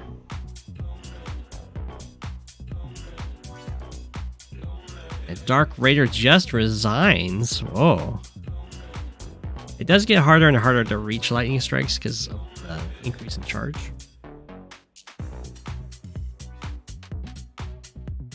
Your bottom got smacked around a bit there. But I mean, you definitely came back. No problem. I'm somewhat surprised that Dark Raider resigned there. I guess this tank doesn't actually get to hit anything. There's going to be artillery in this strike here. This is kind of looking nasty. The city is going to fall. The fight up here is definitely still something that Dark Raider's in.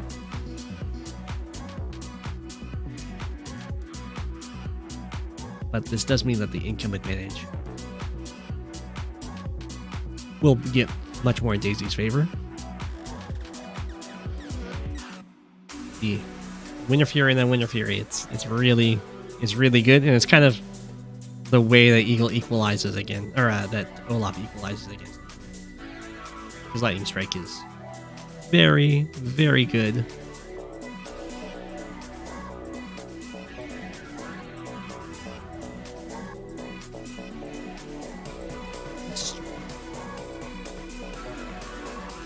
Fighter versus Soulscollector.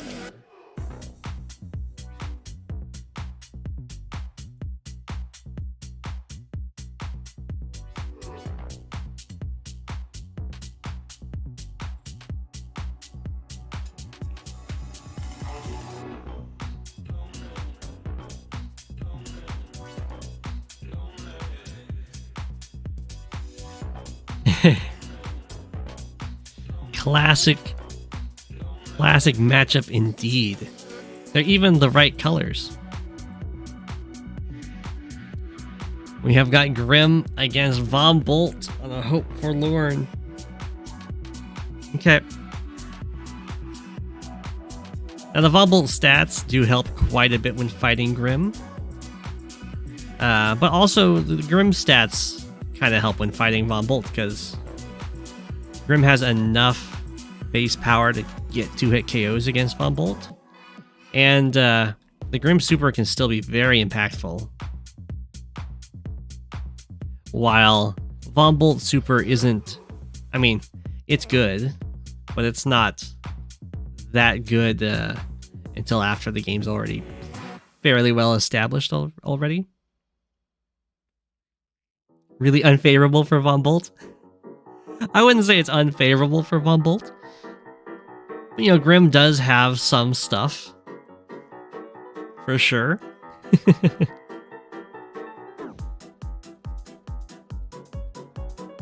We will see how it plays out. The Von Bolt units will, in a one-on-one fight, especially if they get a first strike, be really hard for Grimm to deal with. But if Grimm can get those first strikes, yeah, he'll be happy camper. As he always is. So both players are pretty much centralized on utilizing these double bases. We have 1 tank per side on the 1 base side. We did have this APC opener for Soulscollector in the center.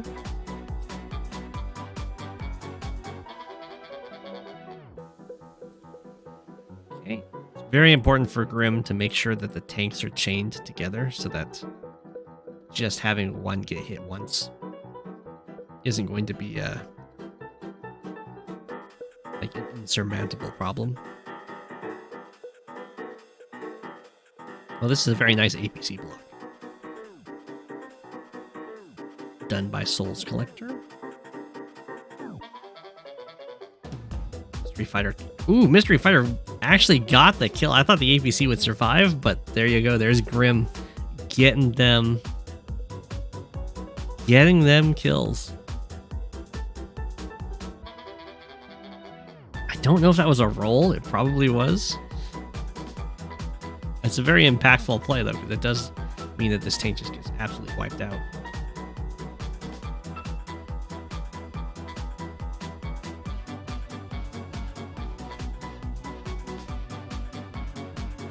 Okay.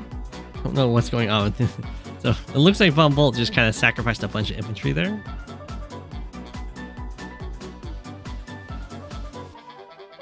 Like so. And now we're going to be stuck in the situation where Grimm can kind of do a protect from a distance maneuver so that these tanks can't break through any infantry line and then get first strikes.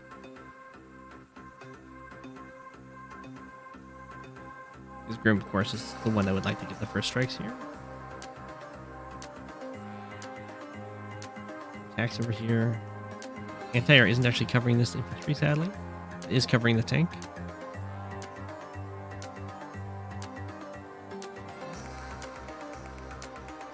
The Grimm first strike. They're currently equal in money. We do have the Grimm copters underway, as is to be expected. That tank is covered by the anti-air. We are going to have, yeah, the artillery is going to have to cover. But this does invite potential anti-air kills copter, infantry kills infantry, tank hits artillery. A nasty little combination. And Soulscollector resigns. Well, I'm surprised at the resign. It was going to be a really nasty turn, because like a whole bunch of these units are now just kind of in the range of the Grimm tanks, and there is a Grimm power on board. But that's still a pretty early resign.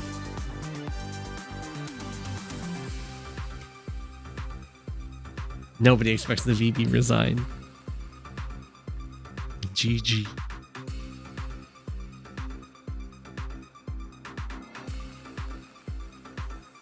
B-Dog, you're back. Okay, then we'll do your game here.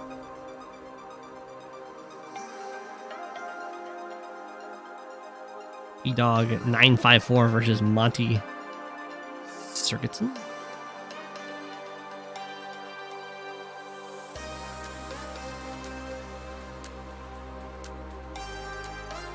Time to judge P-Dog. Poor P-Dog.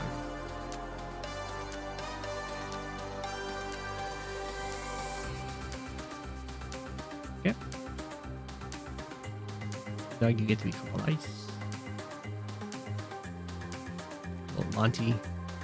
Yellow comment.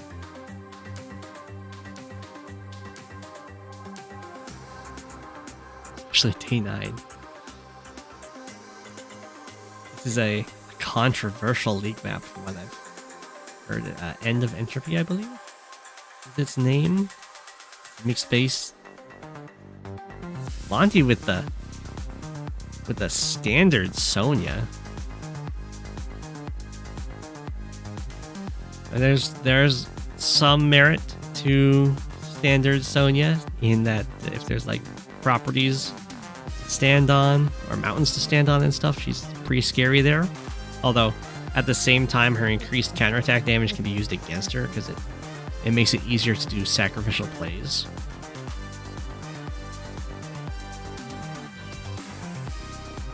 So we'll see how much of an impact the Sonja is here. The increased counterattack damage is often not so great, since the unit does get hit first, so it gets reduced in health, so it's not like it's hitting as if it had 15 hit points. It's usually like gets knocked down to 5, hits back as though it was 7. And you're like, yeah, it's fine.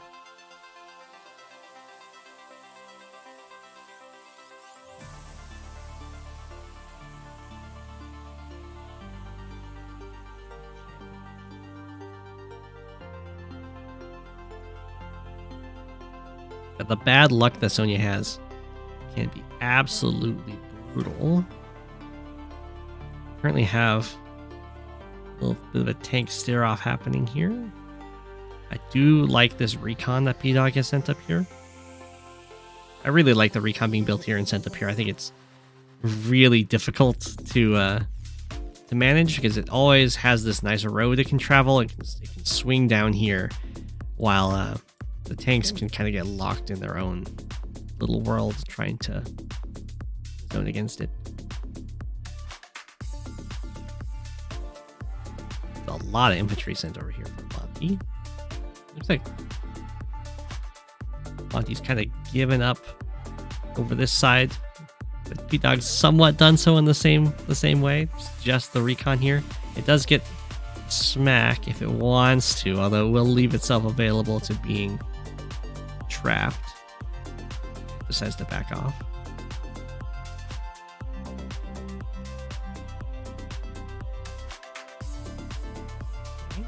A lot of infantry kind of standing around here. So far this tank's been doing a good job just standing here. It now has 2 tanks staring at it though, so it'll probably have to move if it cares for its own safety. We do have Monty with the anti-air, the prophylactic anti-air. I mean, I would also expect a copter to be built here. Okay.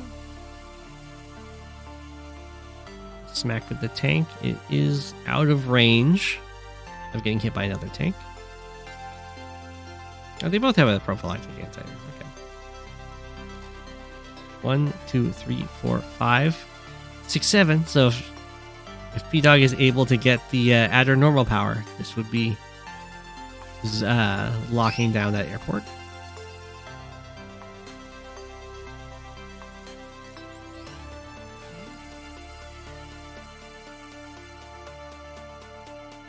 Monty does a join capture here, which looks actually like a pretty tough problem for P-Dog to solve. Don't see a way, unless this tank can knock this guy down to 4, of actually saving the city. Or not saving it, but preventing the capture. You saw the trap didn't go in.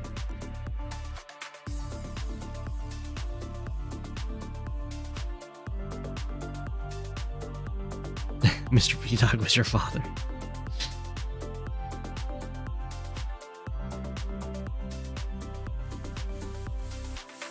Okay. We have the copter running away from the anti-air. We have one more copter that can be built before the anti-air is just going to have to be dealt with in some way. Looks like that's what this tank's job is.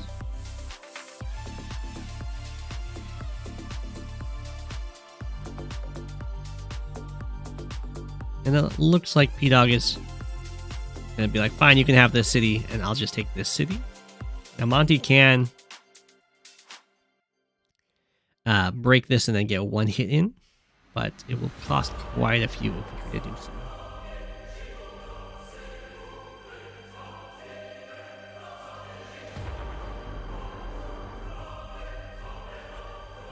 Copter did run away. The tank sat itself down on this airport. Okay.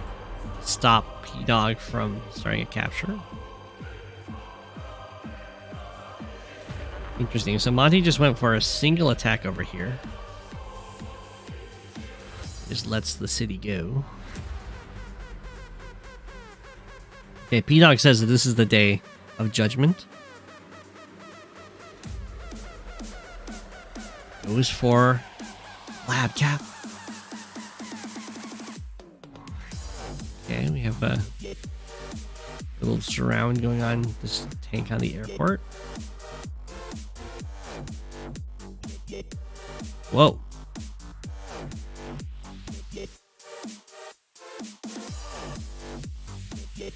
Okay. Okay, so P-Dog didn't want to lose this lab, I guess. You lose the game if you have no labs, but you do start with 2. So you don't lose the game if you lose this one. The tank comes in and hits it, but this tank is covering lab capture. So the copter comes in and hits the tank. Now there's still this anti-air that's covering the tank. So this looks kind of painful to go for. But I guess this tank will be okay.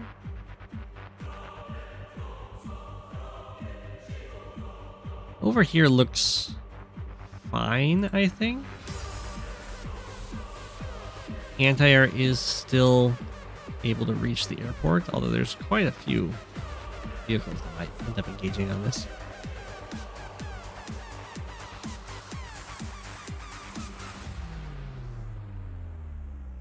Anti-air didn't reach the airport.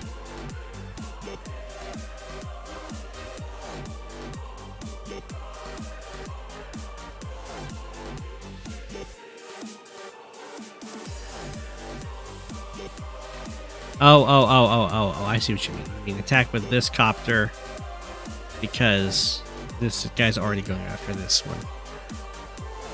Gotcha.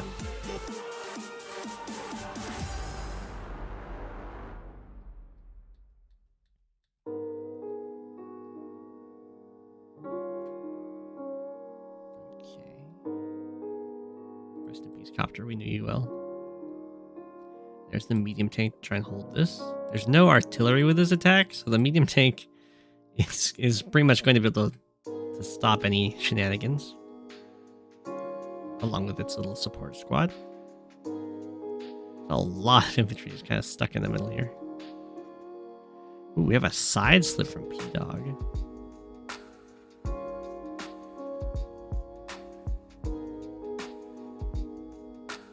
Great. Break through there. Breaks through here. Anti-air. After the infantry. One strike on the artillery. Okay.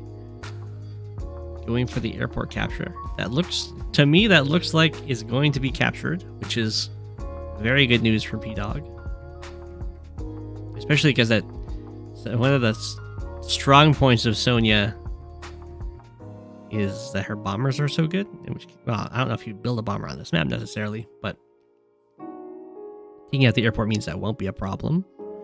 So the medium tank will kind of get its pick of things to kill, but that is a lot of units closing in on it. You needed the charge. The copter needed to die earlier. Ooh.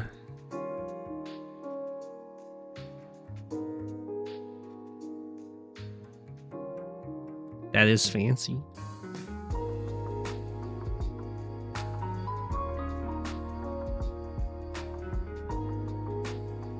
So Monty does get this city.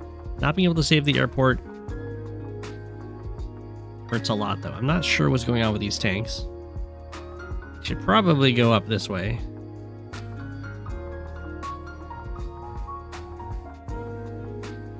Medium tank. Smack, and then you have to build another medium tank. Just a regular tank.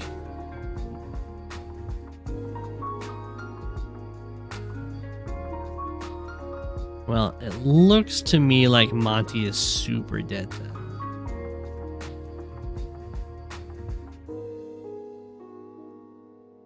I don't know if another medium tank would actually matter too much. I mean, the infantry is just going to get in the way anyway.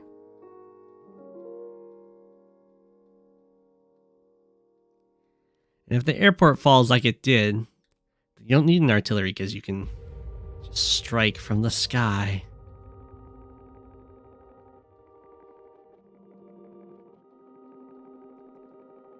Okay, Monty is in a world of hurt here, way down in unit count.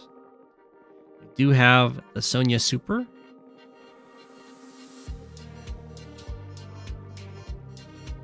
Keep capturing this lab. Saving the Sonja Super for maybe like a double lab cap might have to have been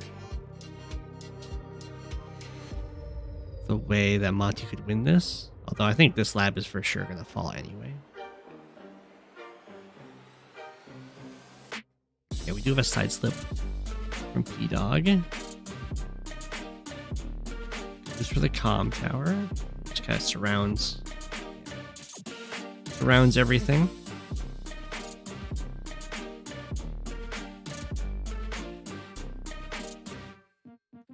What in there?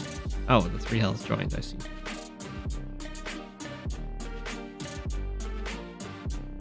Do have the bomber built, so this is a super dead base.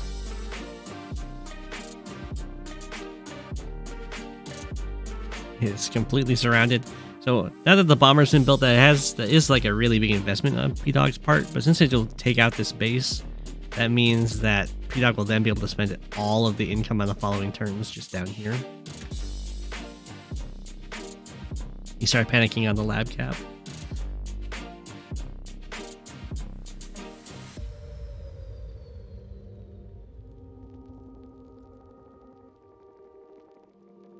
It could have been bad. Like, if the medium tank kills this infantry and a tank can interrupt here while a capture goes through here, but that's not what's going to happen. The tank isn't even cleared off of this lab.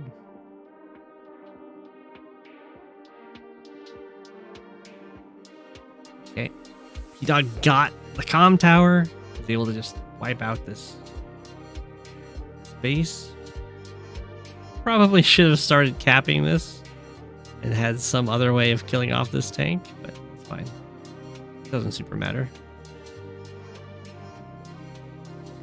And at this point, I'm expecting to see just like Neo tank after Neo tank being built from this base. Oh, just a medium tank. Okay. I mean, going straight to a mega, starting to pump out mega tanks would be good too.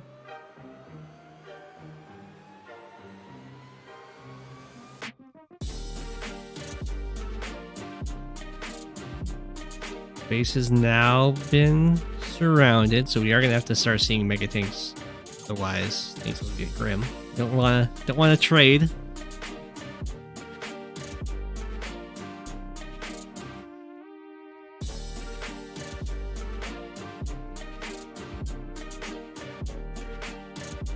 Wow. Another medium tank. Okay.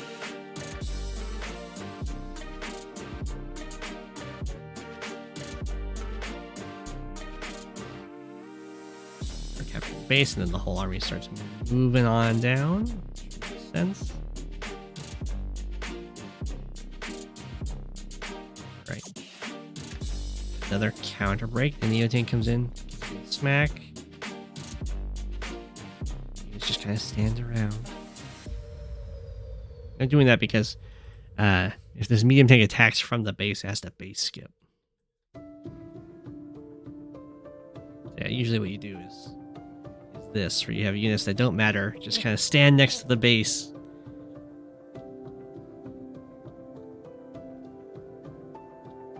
Okay, there we go. There we go. We have a join of the medium tanks and then build a mega tank. That's exactly what the doctor ordered.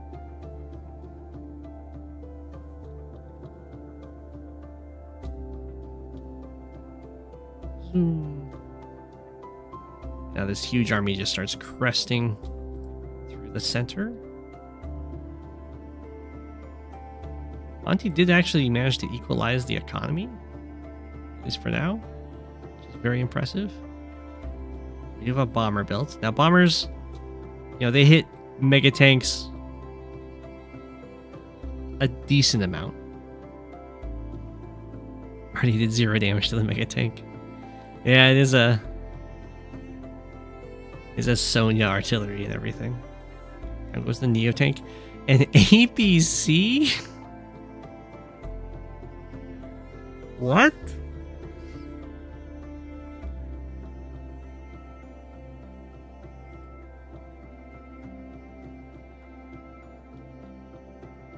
I guess there's only 17k in the bank. You'd really like another mega tank.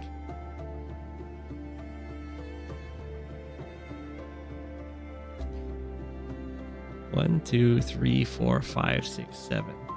Well, the problem is the APC gets killed and then the bomber can attack from the base.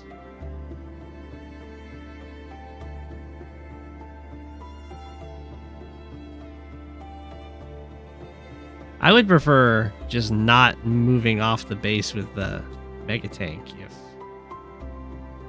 you're gonna build an APC. I don't know if there was enough joins. There might have been enough joins to just make another mega tank.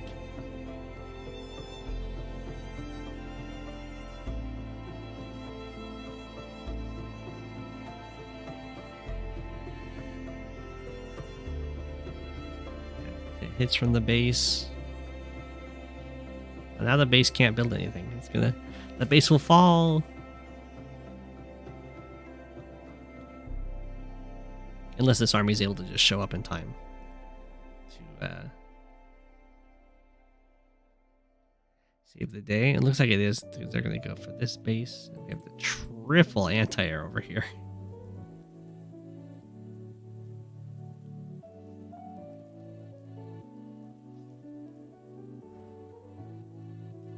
Okay, we have an attack over here. So B-Dog putting on a lot of aggression elsewhere, way up in unit count.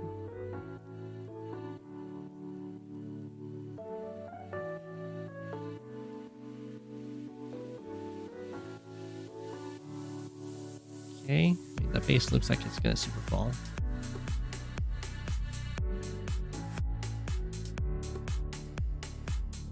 Neo tank built here. Bomber does die, but there's no way to stop this base from falling.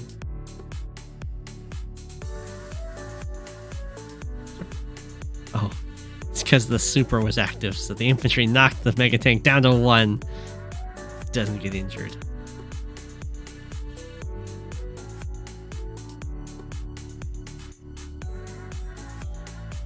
A lot of foot soldiers.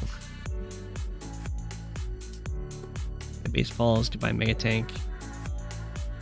Wasn't there anything lined up to go for the comm tower yet, so Dog is still ahead. Nicely in that comm tower count, and also has a central base taken away from Monty. Some mechs get to get some nice hits here.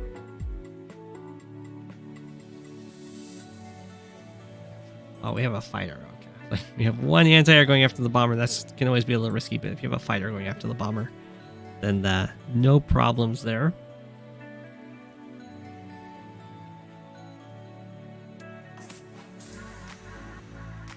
Just a bunch of infantries and mechs over here. They would love to have some indirect coverage. There's a Sonja good luck roll incoming.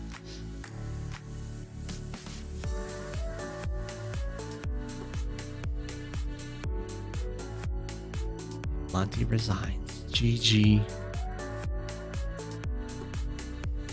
I was surprised that Monty was able to actually get this base, but losing one of the central bases at the cost of it is rough. He was on the mega. Oh, with the infantry first strike on it.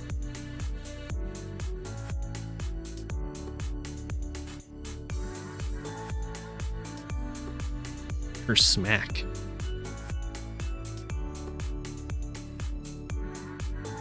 That was a very nice attack up here, securing that airport, taking out that base. Yeah.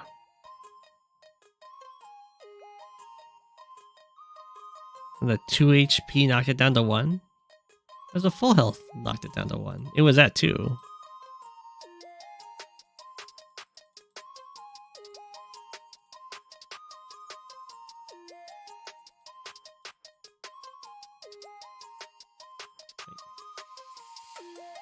Am I misremembering this? It's knocked down to 2. Yeah.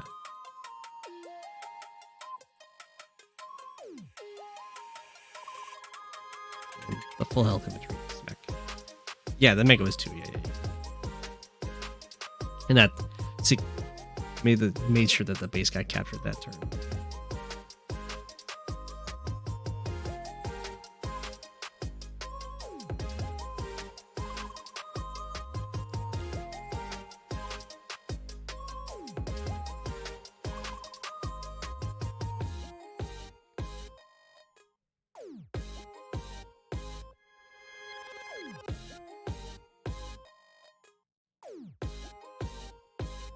GG Monty. Was that game number 5? 1, 2, 3, 4, 5, 6, 7 by my count. That was game number 7. This is game number 8.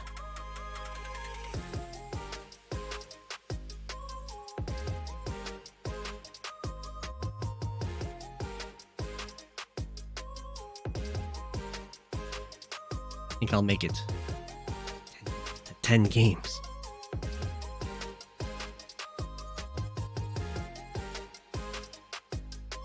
Okay. You guys ready for a 700 rating game? Oh my.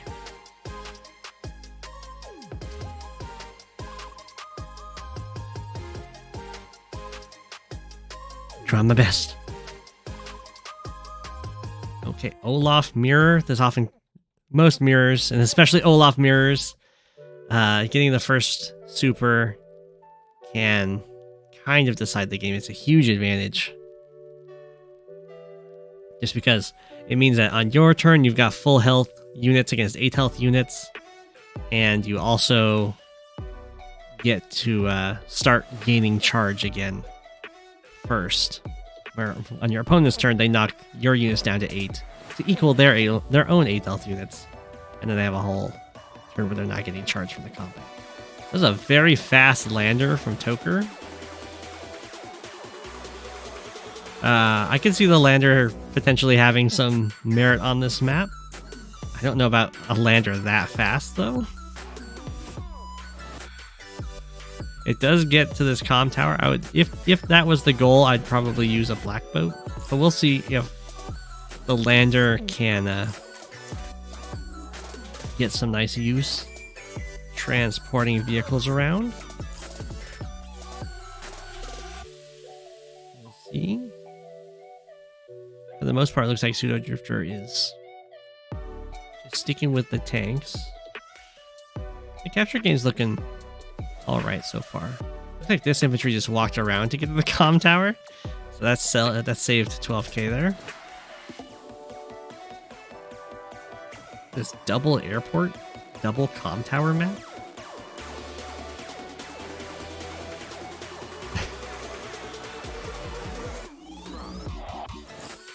Okay, let's see.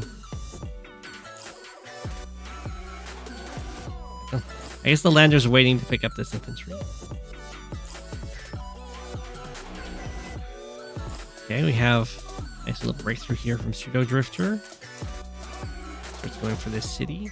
Lander does hop in. Looks like it's going to go for this island.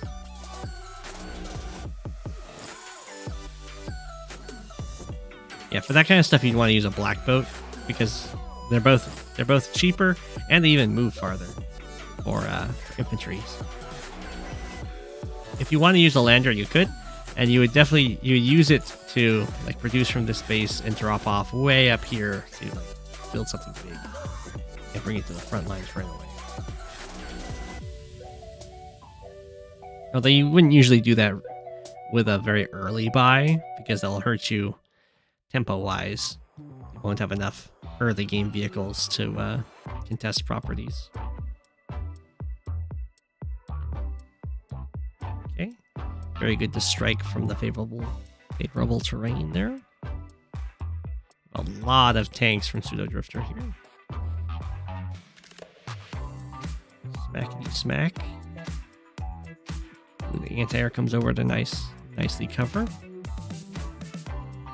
Hey, we have the T-Copter. So the T-Copter is a very good option when you're going for these islands, assuming you have an airport available, because it can fly, and it costs even less than the black boat. It only costs 5,000.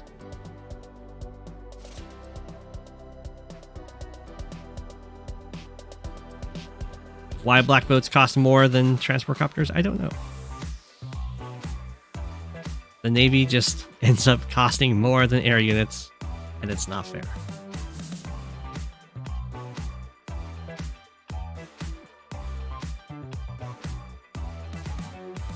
It looks like a lot of available strikes for these tanks to go after. The anti-air can just move over and help cover all of them. Now in the Olaf mirror, the normal power is just +10, +10 stats, because really didn't need to sacrifice all three. Both Olafs are immune to snow. They don't care if it snows. So for the most part, the mirror really is just who gets to the super first.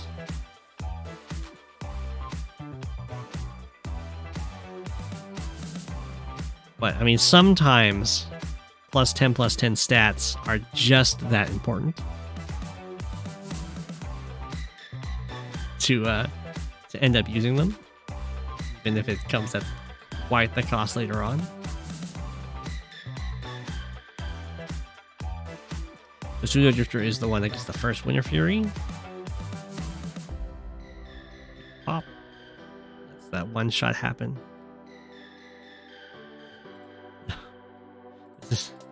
This is 4 and 5 for the number of infantry that are used as a sacrifice here, and it doesn't save or stop the city. So definitely be careful to not be a little too sacrifice happy.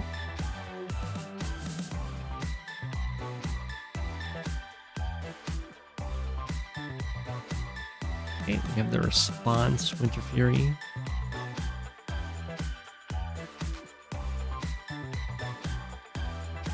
Very aggressive tanks.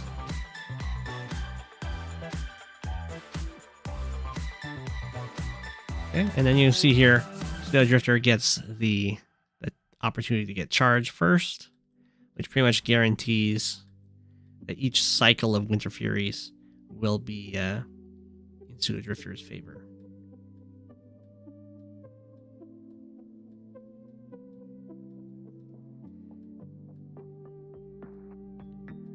As we can see, it's like 1.5 bars was gained that turn, and that's a decent chunk.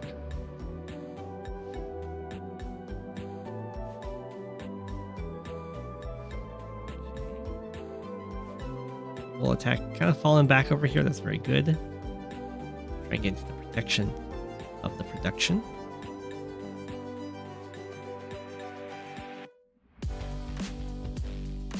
Bop, bop, bop. Ooh, nice. Got the kill on that copter. Let's break through this artillery.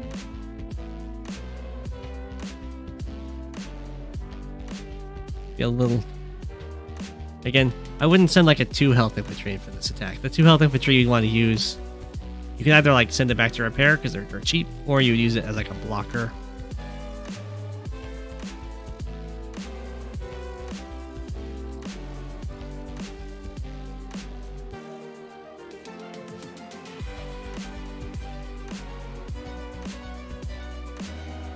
You don't usually want to attack into copter chains, but if you have your own copter chain, then it's not so bad.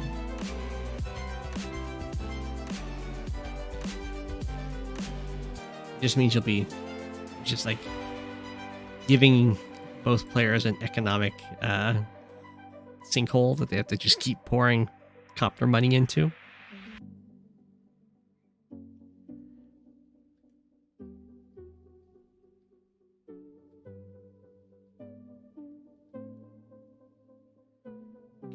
Pseudo Drifter, yeah, pop.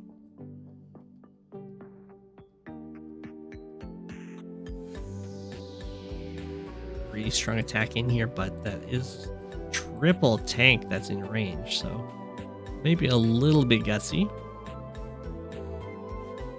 Hey, the 1 health infantry is saved. I like to see it. There was the anti-air. There was 1 built. That's good. I assume in anticipation of that one dying. A whole bunch of stuff dies. Even with all that combat, Toker's still not going to be able to make it to Winter Fury here. first. Pseudo Drifter gets first one again for the cycle.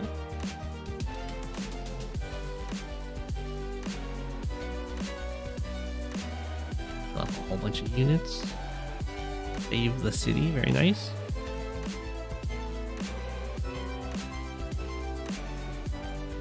A whole bunch of strikes on these tanks. Lander has dropped off the infantry after all that time. Unfortunately, not a great spot for a lander. In fact, the lander doesn't really like to be on this front at all because for some reason the mapmaker made it so the lander can't move this way. It's only useful.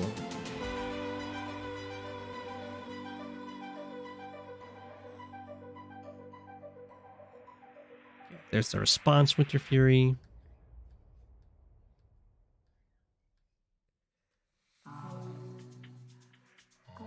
Poor anti-air. This copter chain has had some serious combat. I wouldn't recommend moving copters back onto airports to heal, just because it occupies your production facility. There we go. We get some nice little blockers. Being really annoying. You'll love to see it. So not nearly as much of a charge advantage. Just a single bar instead of a bar and a half, but it's still good. Who's gonna shovel all this snow? Me. Luckily, it just melts very quickly in one day.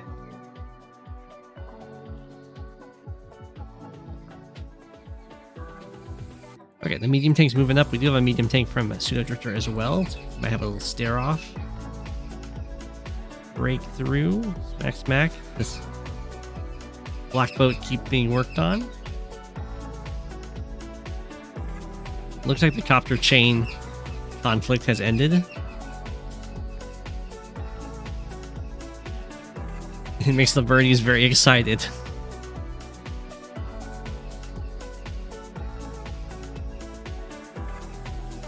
Okay. Nice little breakthrough for Toker here.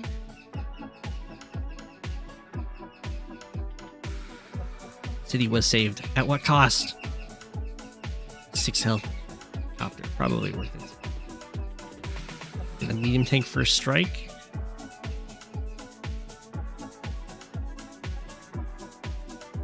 Now, there are copters here to help out with this medium tank fight, so don't expect this to end super well for Toker. We have a little boost. Like so.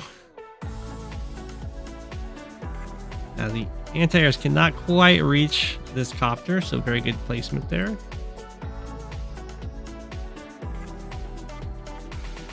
Looking like a very scary attack. You have 2 injured infantry. They could join to threaten an HQ cap. We have another full health one on the way. The fighter by. I mean, there have been a lot of copters, so zooming around and taking them out could be very good. You have it.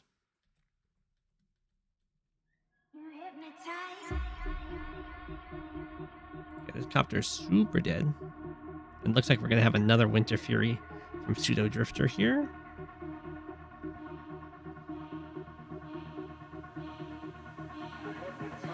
Probably should wait till after the Winter Fury to attack the Black Boat. But it doesn't make a huge difference. Ooh. Never mind, the Winter Fury doesn't happen. 400 charge off. Wow. That does mean that Toker is probably going to get the first one for this cycle. What? Okay, there we go. There's the Winter Fury. It's not a... It wasn't the Winter Fury that had any attacks that happened, though, so the 10-8 didn't matter nearly as much, but it was still the first Winter Fury, which does mean that Toker might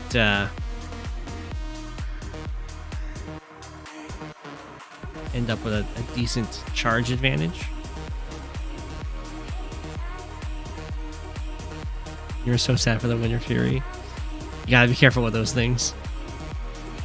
And Toker resigned. I mean, this HQ does look like it's under some serious threat. So GG, well played, Snowdrifter. I would say that was a very impressive 700 game.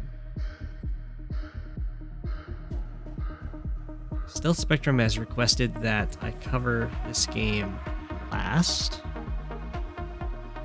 Move past it. The boss.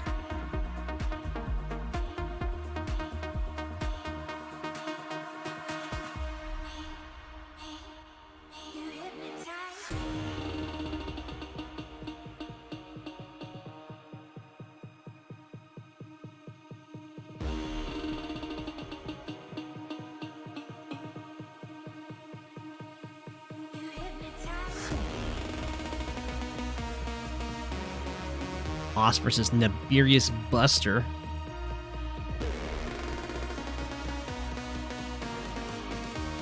Here we go. I don't know this map. It's not base light. HQ does look fairly vulnerable. Some really awkward airports here. I guess you're supposed to get the artillery to get this one. You could also, I guess, get a black boat, but you do have to come all the way down here. Harbor. This is new high funds rotation. You're eating a durian now? They'd be so stinky. Okay. Let's see how these two tackle it. I would probably be getting an artillery really fast to break that pipe seam to get this airport, which then unlocks another airport. Looks like the boss is going to go with the black boat route. Okay, we do have the black boat. The other thing you could do, and might even be better, is to go the mega tank first route and just break this pipe seam in one shot.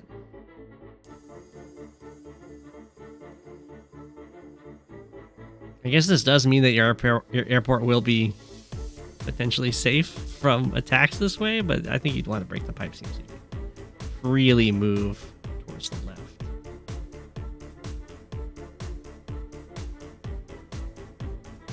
Make sure to unload. There we go.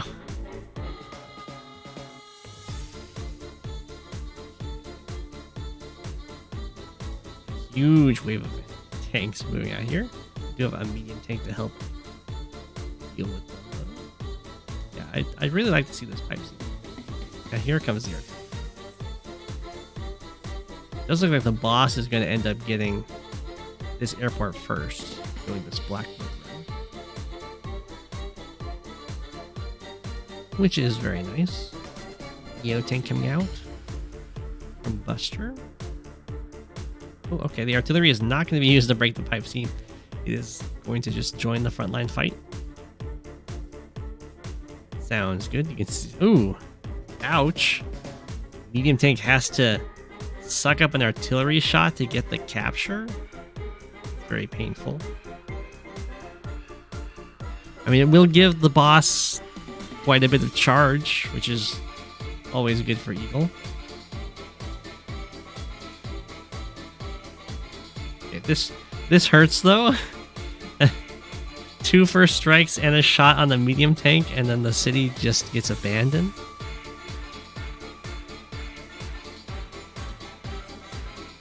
I mean, I do applaud resisting the sunk cost fallacy.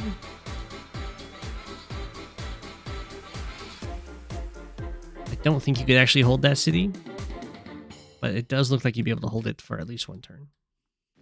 Ooh, nasty attack over here.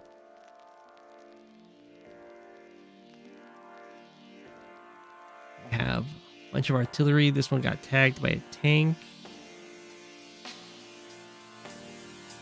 We have the bomber coming in over here, though, which is really nice.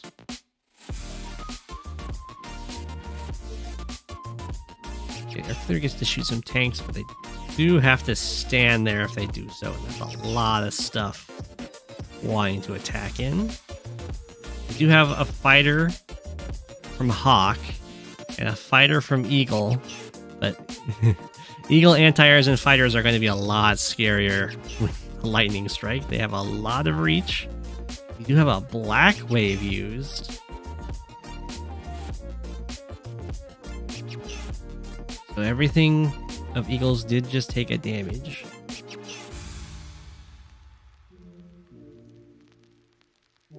Lightning Strike is 100% on the table here. 1, 2, 3, 4, 5, 6, 7. Okay, the Neotank is out of range of this bomber. I assume this one is too. The fighter's even out of range of this fighter. Okay, we probably won't see a Lightning Strike this turn.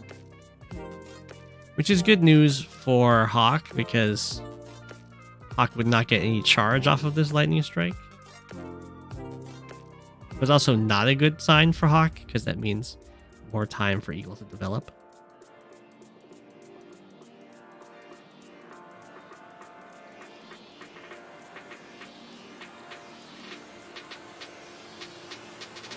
Okay, double fighter build.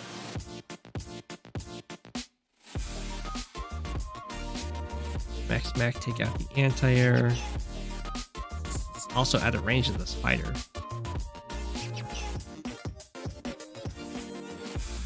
Okay, it looks like Eagle's gonna go with the just build up enough stuff and win with the Lightning Strike and say like, how are you going to stop me?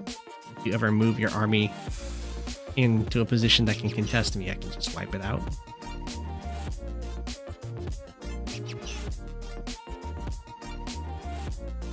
We're gonna have a mega tank on the Lightning Strike.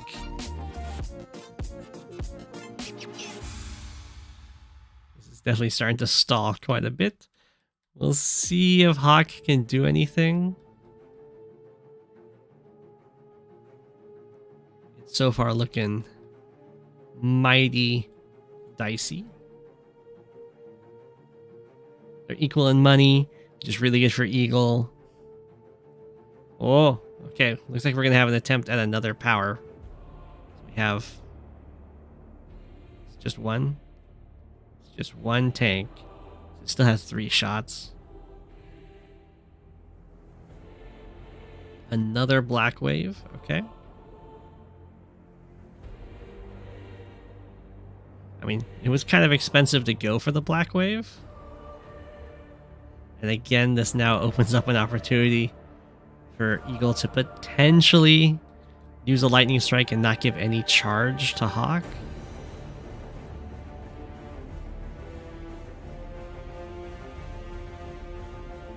It's looking like that's what we're about to see.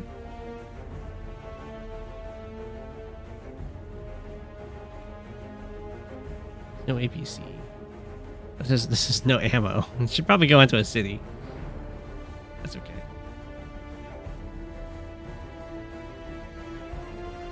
We do have our Lightning Strike. Blam, blam. Both fighters get tagged. Artillery strikes.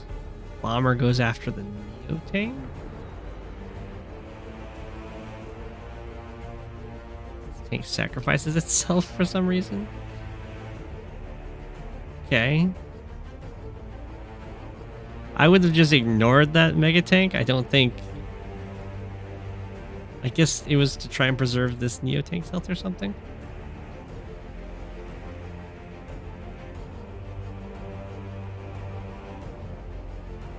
Okay. It's still very devastating. Let's see what Hawke can do. Does have an anti-air to hit the bomber, which is really good. Neotank first strike. Tries to take out the bomber, but it survives.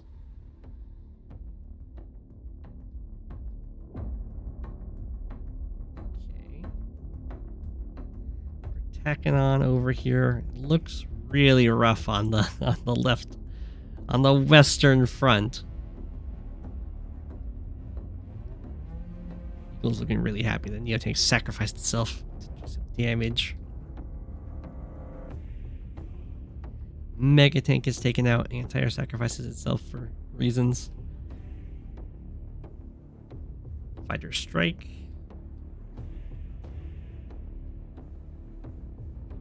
I mean, this is Hawke, so you do want to try and kill off as much stuff as possible. It's kind of like fighting Andy, but not as extreme.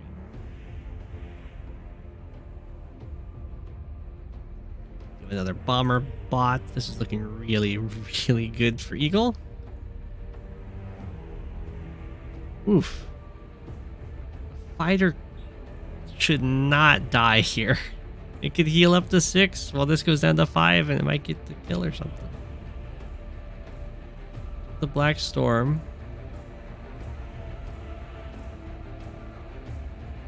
I think fighting through, we do have a battleship here. Battleships are very vulnerable to people just kind of swarming them with bombers. 28k turret.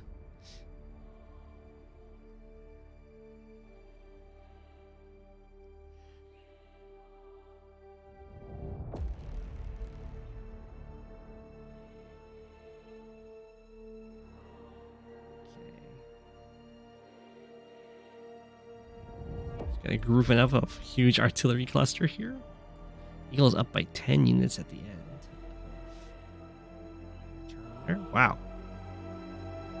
No fear.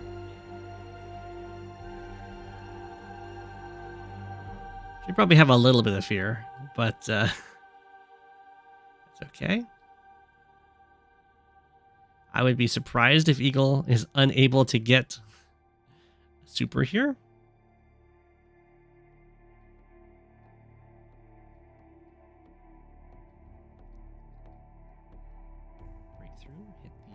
Artillery, or the anti-air.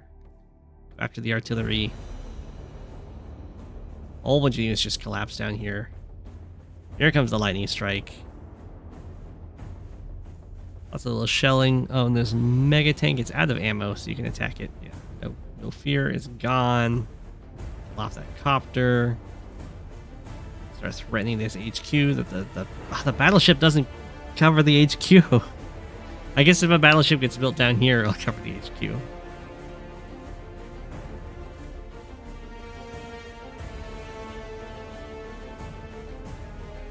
And there we go, we do have the battleship built down here. The battleship stall is real. That's just going to come down to Eagle building a whole bunch of bombers to take them out. Eagle can also just start capturing the HQ and be like, whatever, I'll just keep join capping. Force you to only shoot at infantry.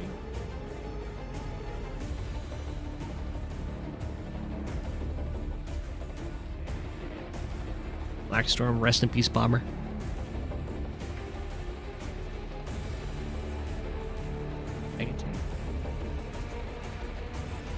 Eagle's up by 6k income.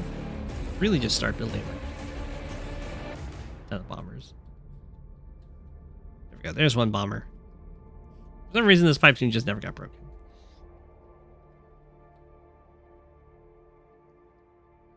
Add an APC build, I guess, for the mega tank. A medium tank. Why is the medium tank being built so far away? I would flip these two buys.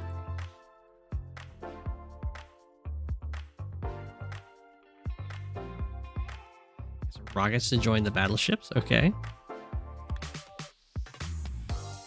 Just the one bomber, really?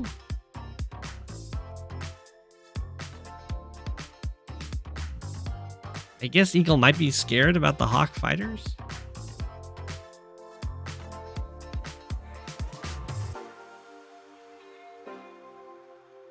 Not something that Eagle really needs to be scared of. The Eagle anti-airs are absolutely brutal in how much destruction they can cause on a lightning strike turn. Now, full indirect gaming from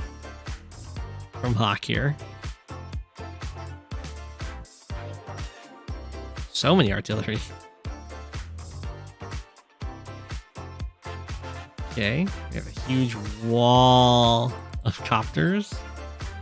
1, 2, 3, 4, 5. So there's 5 anti-airs. 1, 2, 3, 4, 5, 6, 7, 8, 9, 10. So, you know, every air unit could be hit by an anti-air on the lightning strike turn. In theory, although that's kind of an annoying wall of infantry.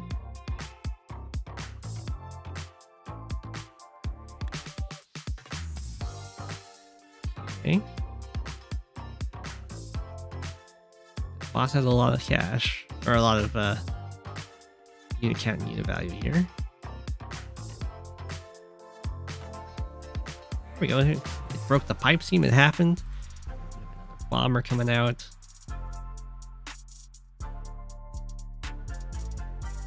Neo tank first strike. Onto the medium tank. A little bit of breakthrough here. We do have the Hawke normal power. Everything else just kind of runs away. We'll see. Does Eagle even want to use the super here? Or just kind of take these nice gifts that Hawke handed over with that attack?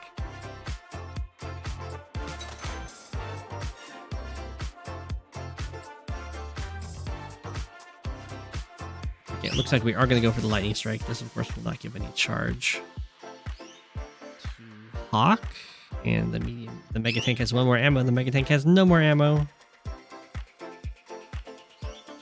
I assume just Neo Tank and Medium Tank are going to go after it.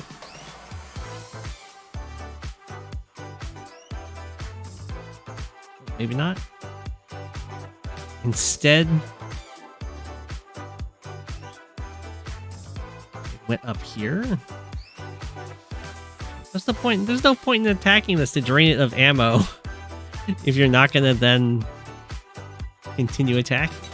It's on the HQ. It's going to get its ammo back.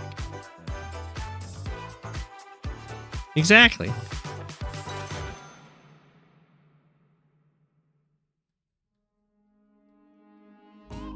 Okay. You have the mega chains going upward.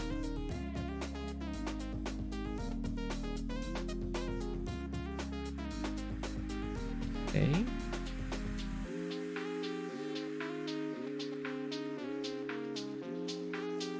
Huge run switch up here.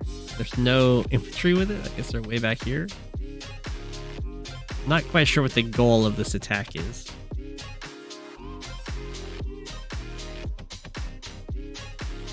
Oh, a Hawke just resigns there anyway. I mean, 52 units to 27 is rough for sure. The stalling seemed to be working though.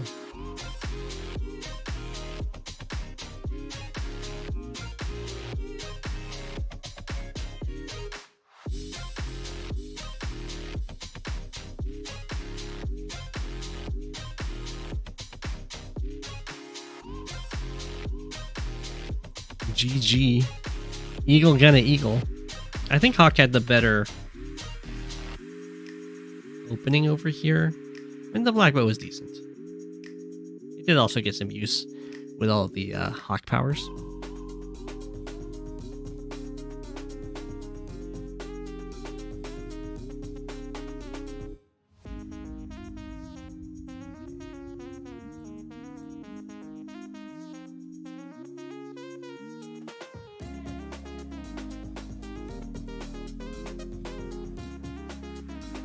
Have Adnavacake versus RoyalTCB.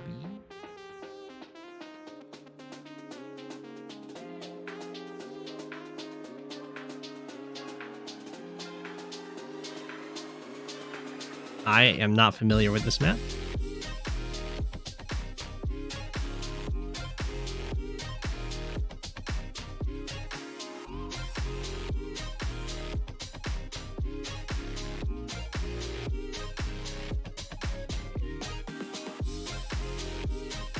Pipe seams in the middle. I mean, I'm not a fan. But that's mainly just because I don't like when you can't move through the middle. I guess you can destroy them. Want to invest in that. But I agree that mechs here are good for adder. Well, I think mechs are pretty good in general.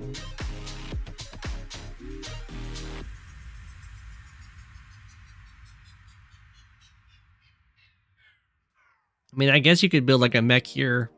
It captures here the same speed that an infantry does, if that's what you're talking about, but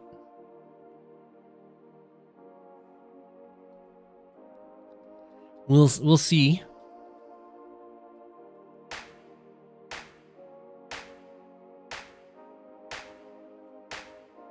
Something happens this game. We have the bases being captured. This is very weird. Oh, we have a fast APC.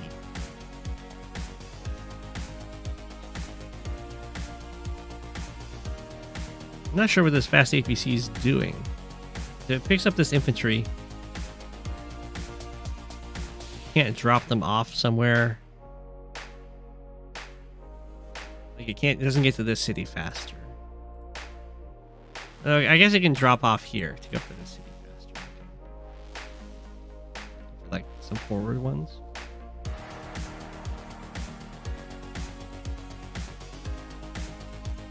Yeah. That was purely for style. So it does pick up here to go. Maybe over here, over here.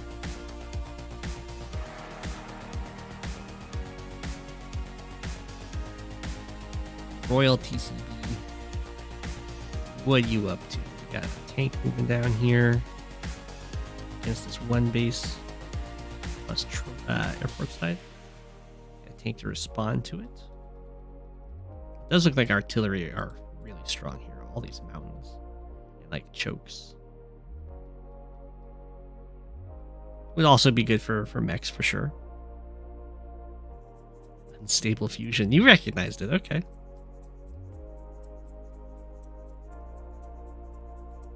Okay, tanks be covering. Looking good. So this APC is currently standing on this equivalent.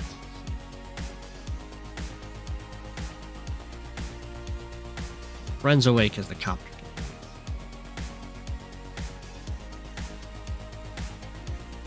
it. Okay, wow, okay.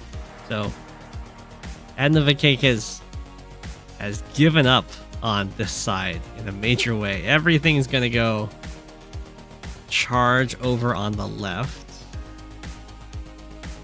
And this is where the pipe seams could definitely come into play. It does make kind of chasing this army really difficult.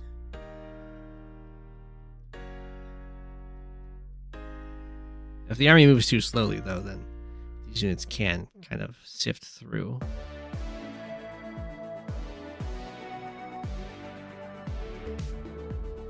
Copter strikes just out of anti-air range. Looking good. Little wall going on here. Con to try and fight off some of these infantry. RoyalTCB is up 2k, which is not what you would expect against an APC opener.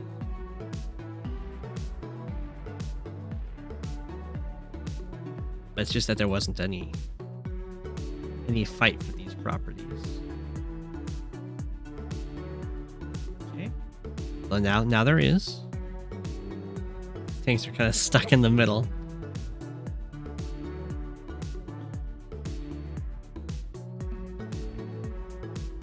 Right.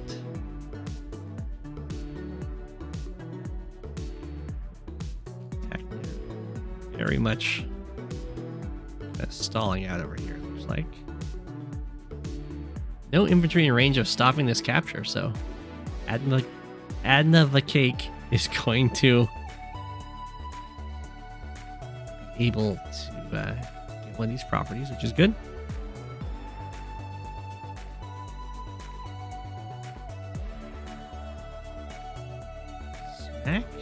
just out of range. Anti-air. We're inching forward, trying to rely on these walls to the best of there.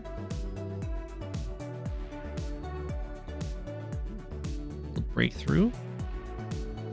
That's a really nice attack. Copter could even go finish off this anti-air if it wanted to.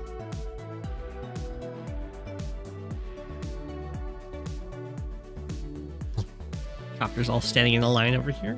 Okay. Nothing moved. Stall is real. Okay, so we're going to have an economic advantage. Go to Adnavacake here. Everything's moving now.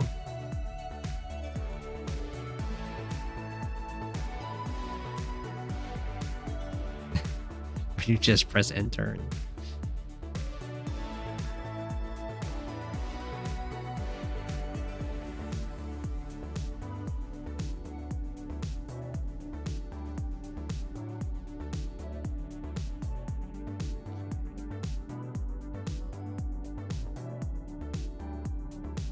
Well, I would say that Jake is probably better in a stall situation, just because indirects get more use, and they really love their +1 range. The line. Anti-air can, of course, break it.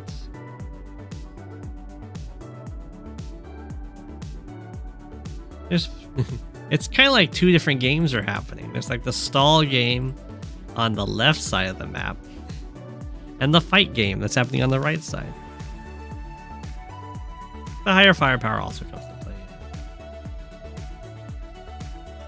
Ooh, we had some attacks.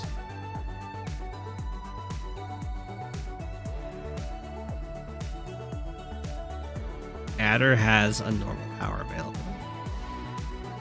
Might see something because of it? Nope. Doesn't look like it. Now everything has to be worried about the extra range. All of these artillery.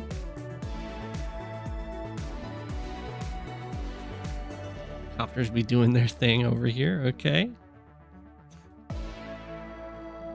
My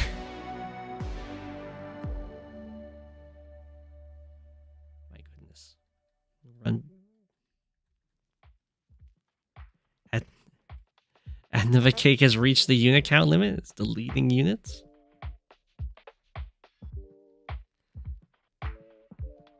Order to build other ones. Oh, a bit of a step forward here, going for another city. It does force RoyalTCB to do something. We have a little bit of an infantry attack, and we have an artillery staring at this medium tank now.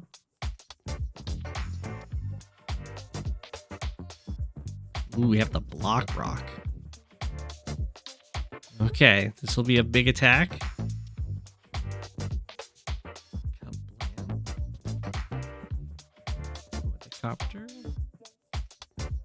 Got a tank. Doesn't quite get the kill. This one does. We're unable to reach this one. So these units are going to have a little bit of a field day for sure.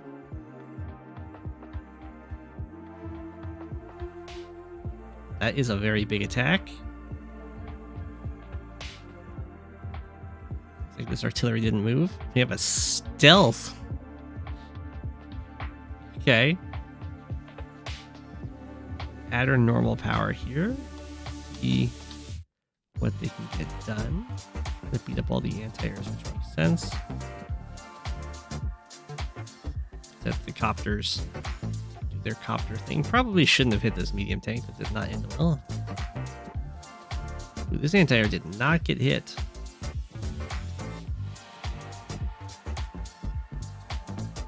one's only barely hit. So we'll see if there's a path to get an anti-air over to this bomber. 2 captures though, very nice. And then HQ capture attempt at the same time. Surprised that the response to the stealth was a bomber, but that's okay.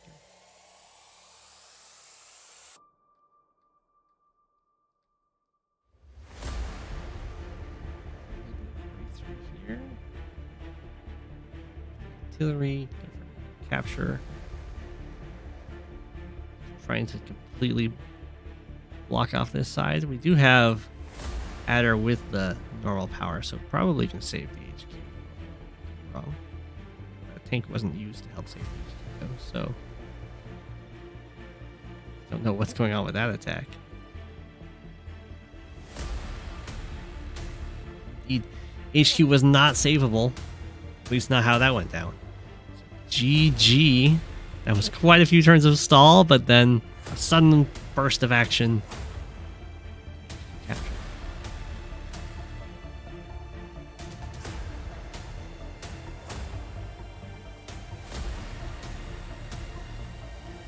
Bomber compliant.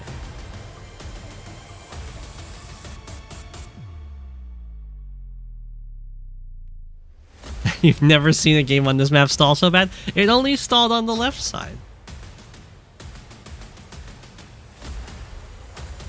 They were still going at it on the right side.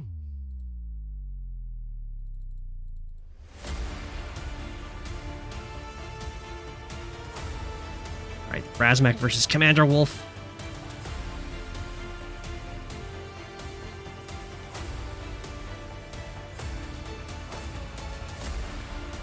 This game was submitted 5 months ago?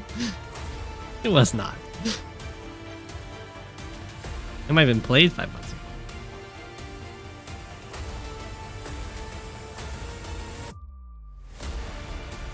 I thought you did pretty well. I mean, you certainly handled stalling a lot better than I would.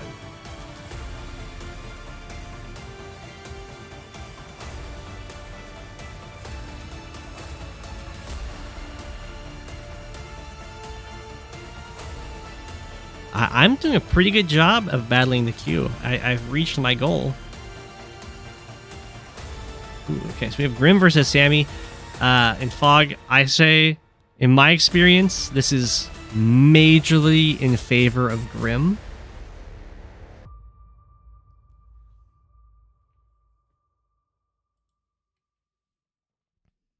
Access granted.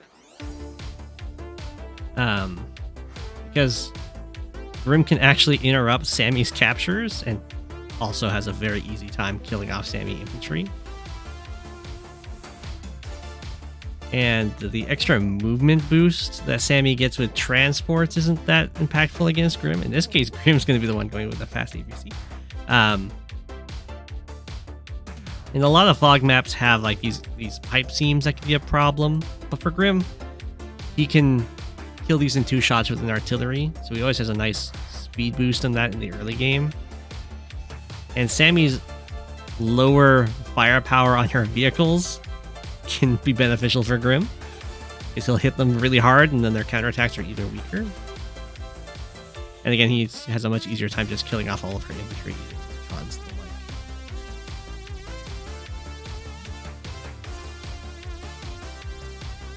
And because Fog has such so much less of this infantry on infantry combat, the firepower on her infantry doesn't really matter like it might in standard.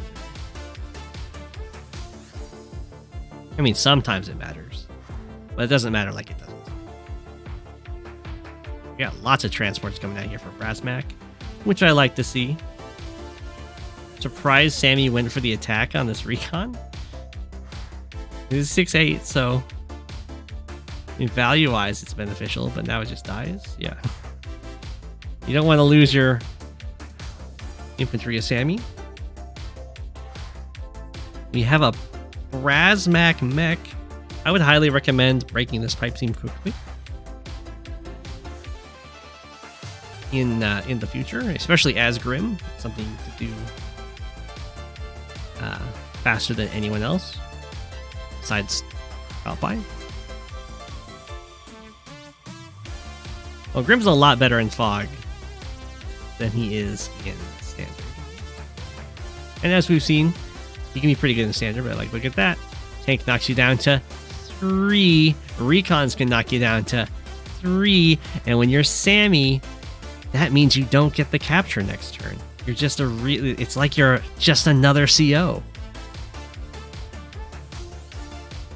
That's Grimm making Sami sad. Now, normally you don't see very many in Standard. You'd like never see Grimm versus Sami, but you'll see Grimm versus Sami in Fog because they're both tier 4 usually in Fog of War, and you will get to experience Grimm being like, "Oh, this is like my easiest matchup."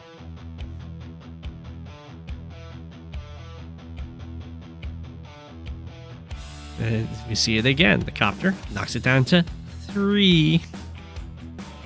I think the pipe seam is really important, especially when you're fighting Sami, because this is another place you could be building recons.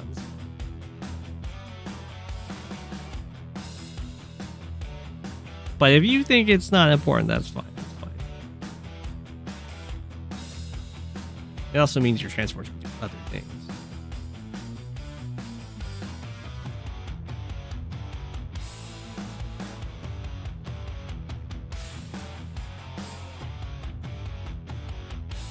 I'm doing this because she's your favorite. I mean, I've played this matchup quite a bit, and I will say, well, not quite a bit, but a few times, and I will say I definitely prefer being Grimm.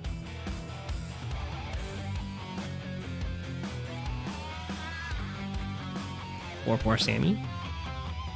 So many anti-airs.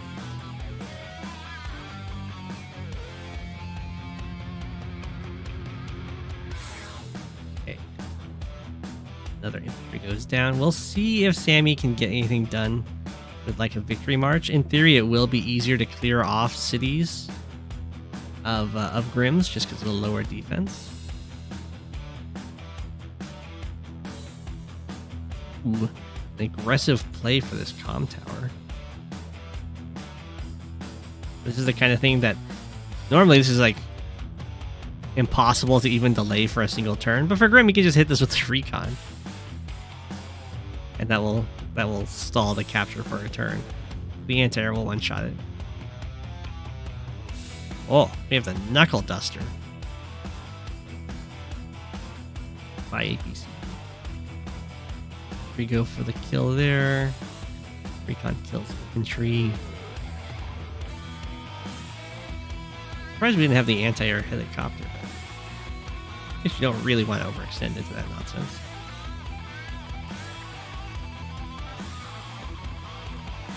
Okay. I mean, it did result in Sami kind of... Now, I really don't recommend in Fog ever having your copters on the outside of your attacking force, because they're very vulnerable little units. But if you gotta do it, you gotta do it.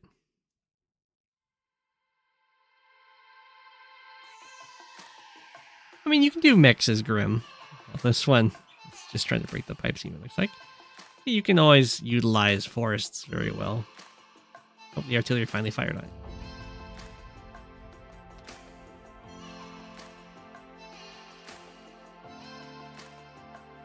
Okay, these captures are going to start falling. Grimm, we have a very scary attack over here, but COMMANDERWOLF does have a victory march available. You can get 1, 2, 3, 4. 1, 2, 3, 4, 5. Oh, we can get this 1, 2, 3, 4, 5 properties. It looks like one of which is a comm tower. Is what?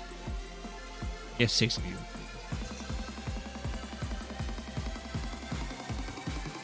Is what Sami decides on. Sure. Now these captures are pretty good. Although they would have happened without the Victory March. But they're pretty good because these infantry aren't really being exposed. Go for them. We'll see if... I mean, this was a pretty good attack over here. Ooh, the copter survived. How goes that infantry? These captures will fall. Doesn't look like brasmak is quite able to start capturing the comm tower this turn. If Sami can maintain a 2 comm tower advantage against Grimm, then that will be very good.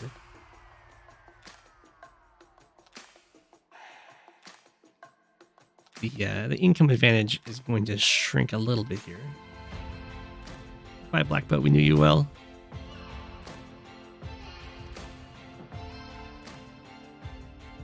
Ooh, a Blackboat was built down here to save the harbor from potentially being captured. Artillery shot. Infantry go after the copter. Nice reveals. We got the mech hiding in the woods. Okay, so it does look like Sami is going to be able to maintain control of the comm towers. That's really good. At least for now. We have a missile built by brasmak.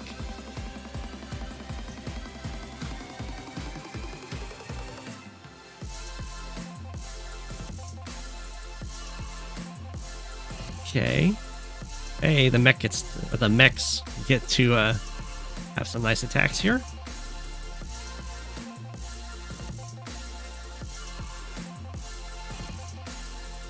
Lamb.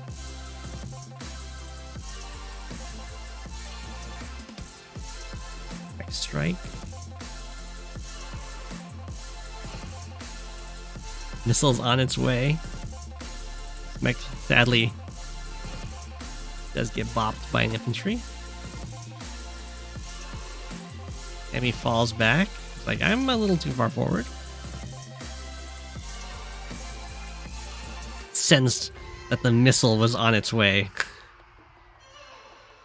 to ruin the day. Okay. So brasmak, I think, really missed out on just exchanging comm towers there. That's been very painful.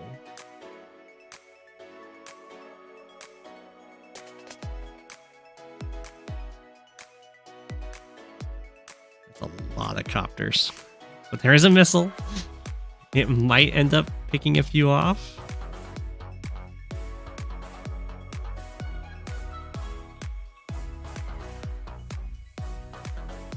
Let's see. It is guarding this recon. Usually you want the missiles in the woods, but I guess just sitting at the center of the army on a city works too. What?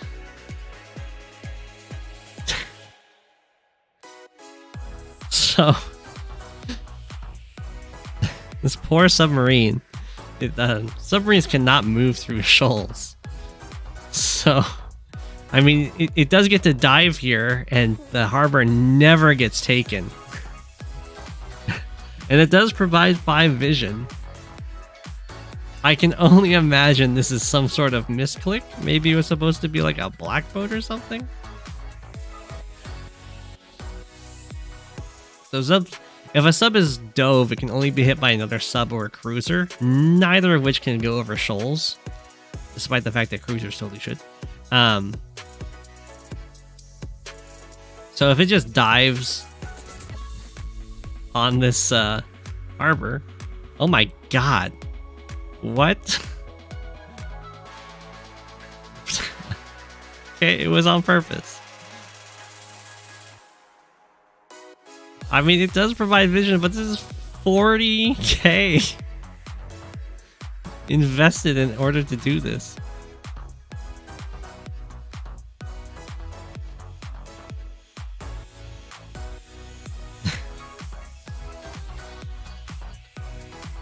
I mean, I guess they also can shoot any black boat that comes by. Sami is falling back so far. I mean, I guess I would also fall back if I had We have a missile from Sami too. A mega tank lander. Oh my gosh! What if it happens? What if the mega tank's in the lander and the lander like lands here and tries to unload in the sub or something, and just gets shot down.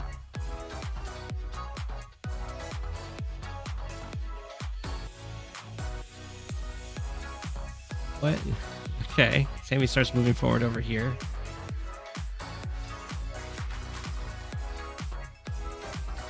I mean, I would definitely start, if you're at the point that you're like deleting units, you should just like send someone forward to start capturing this comm tower. I don't know what the point is in standing next to the comm tower. You might as well start capturing it. Oh my gosh. Is it going to be unloaded? Okay. It might hop in again. And then if like brasmak puts a recon here or something, and then the lander gets trapped.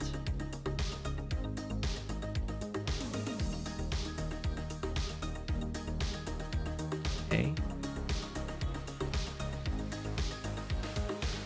I think this black boat definitely should have been just one tile up. That way it serves as a wall.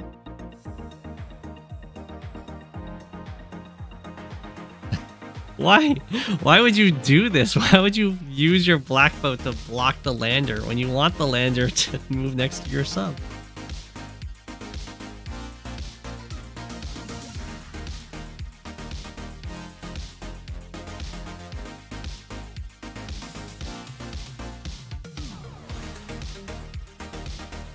Yeah. Okay. Well, now the sub is known about.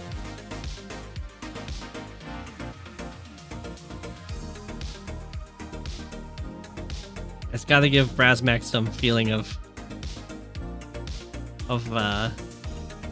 confidence.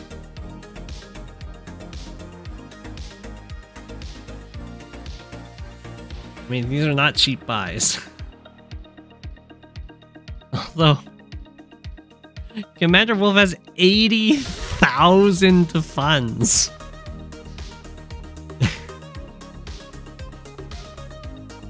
Yeah, we can indeed go for some. What is this battleship going to do? I guess it can defend the HQ. It can't move past the shoal.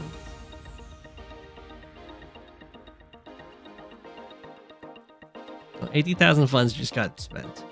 Neotank fighter battleship. That'll do it.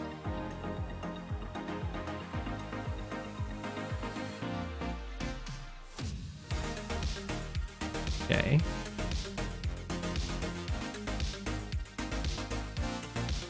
Comes the rockets, the mega tanks. The lander's going down this way now. Okay.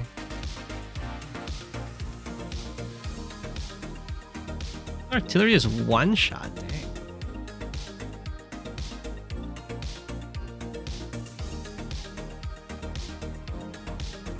Okay. Everyone's falling back. We have a fighter, though. I don't know why brasmak isn't like, well, maybe I'll just put someone to start capturing this and force stuff to go into my indirect range. This stuff will just go into the indirect range. I'm amazed this missile hasn't managed to find us. So many coppers over here. Battleship cannot move any further. That's as far as its range will reach. Sami has a huge value advantage, but it's not real because over 60,000 of it is in sub battleship.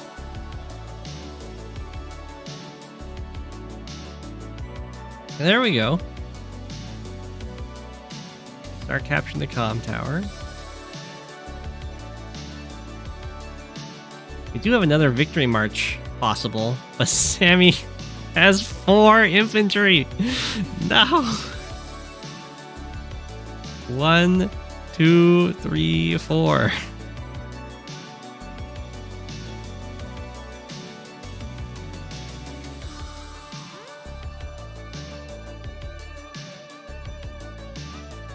Oh, you hate to see it. That missile was waiting for so long for glory.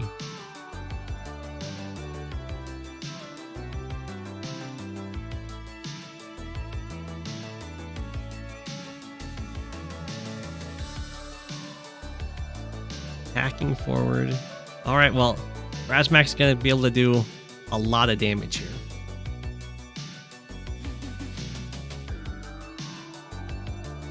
Yeah, replacing the subs with battleships would make sense. I mean, battleships aren't indestructible, but they would be able to do something. Mech cleanly one-shotting a tank.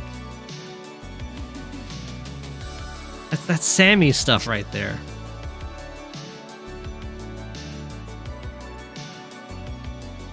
So many one-shots.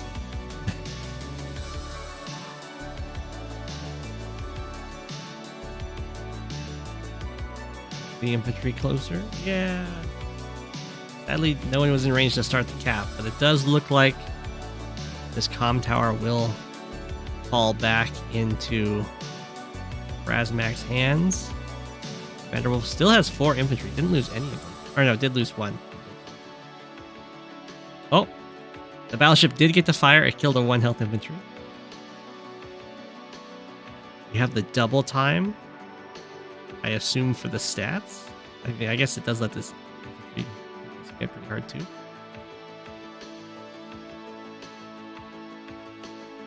It does. Hoorah!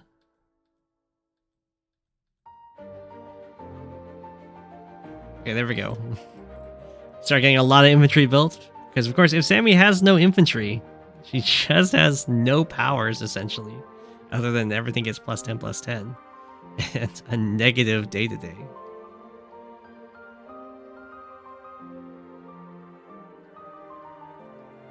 Things are looking... They look very good for brasmak. I think I will attribute that to how few infantry there are and how much was invested in the Navy. It does look like they're going to have the comm tower finally swap back. The fighter did get absolutely wrecked there.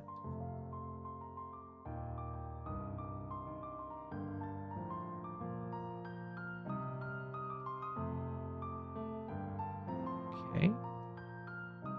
Again, Commanderwolf is like 60k up, but 60k is right there.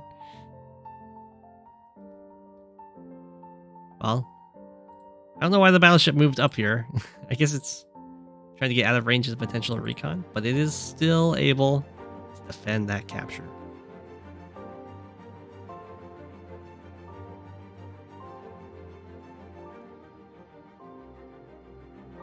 The missile did survive. It is healing and on its way to the front lines. Yeah, I mean, that's bombers for you. But, you know, they're okay against mega tanks.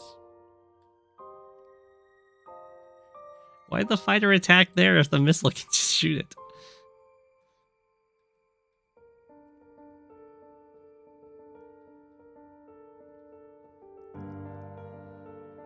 Okay. Brasmak starts to fall back. Hasn't equalized the economy, but got a comm tower. Has to be happy about that.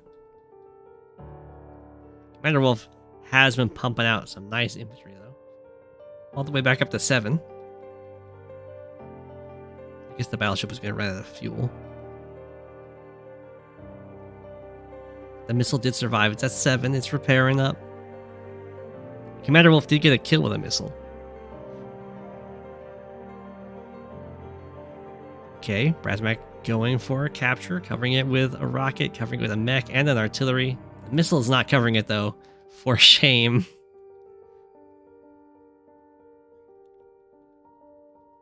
Whoa. Commanderwolf not going to spare anything to save that city. The economy has officially been equalized.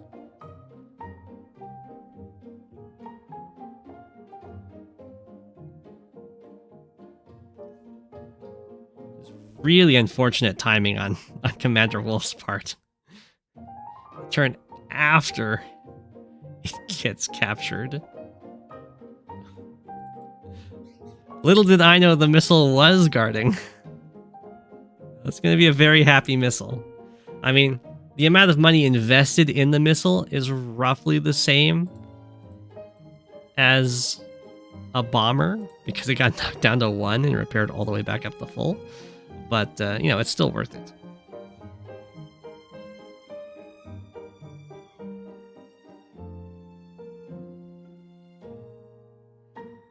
Oh.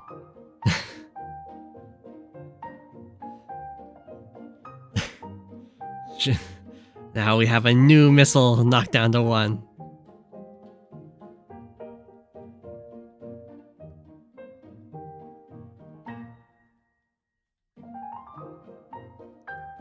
Okay, battleship got a kill. It's on its way for paying for itself. It's a lot of anti-air. I don't understand why Sami has no mechs, but Grimm has them. Oh, for a second there, I thought Sami was avoiding the missile's range, but then the copter went into it. Does this one go into the city to heal?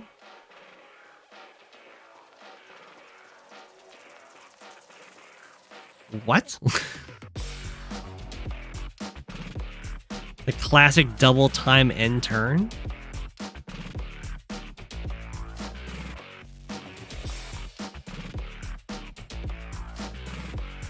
By a bomber.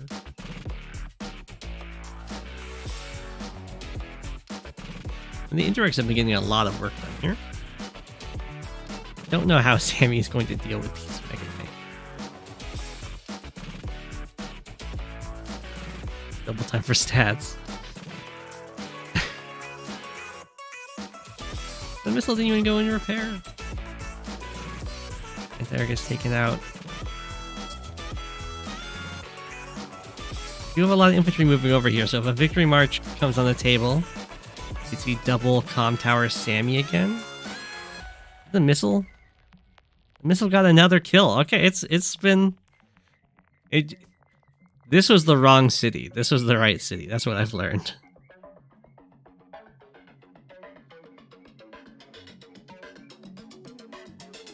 Okay, now this missile's healing up. Sami is backed off. Sami is now behind in unit value while still having over 60k invested in the Navy, although the battleship has started to get some value.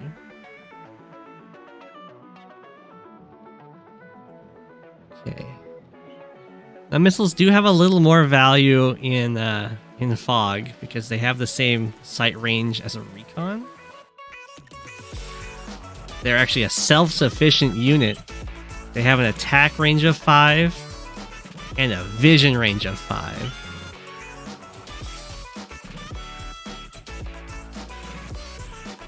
Battleships truly are infantry snipers. Now the subs will always exist. There is nothing that brasmak can do about those subs. Those harbors will never be captured. This is day 41.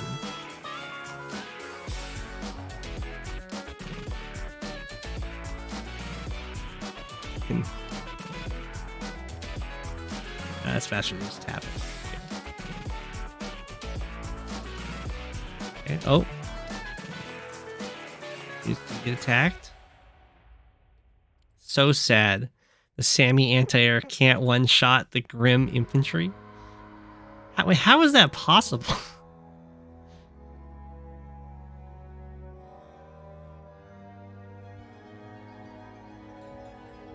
There's no way, right? Yeah. Oh, the comm tower. Oh, I didn't even notice that Grimm got both comm towers.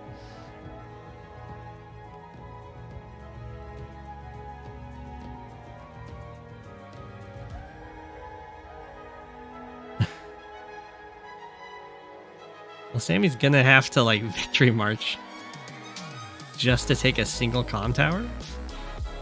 Is that a second missile?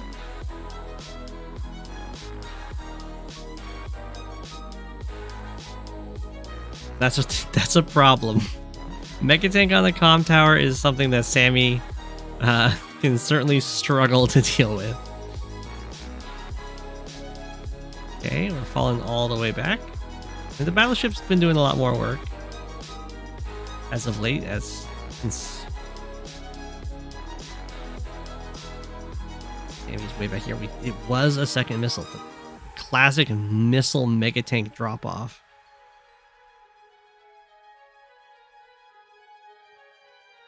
Recon speeds on forward. Sees the whole army. Gotta switch hands so I can go through the actions faster. Oh boy, that's a lot of stalling.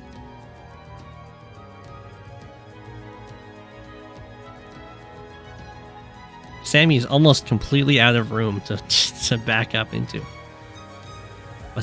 But thanks to the subs on those harbors, brasmak has not been able to get an econ lead. Oh. We have an attack.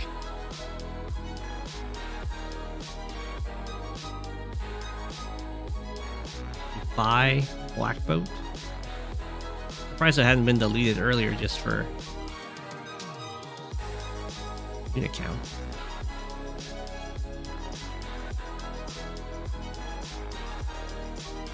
Okay. As much of an attack as possible, getting some captures in. The battleship is actually moved away from this property, so I can no longer protect it. We do have a double time. There's a total of, what, 7 infantry? 8 infantry. So this is mainly just for the +10/+10.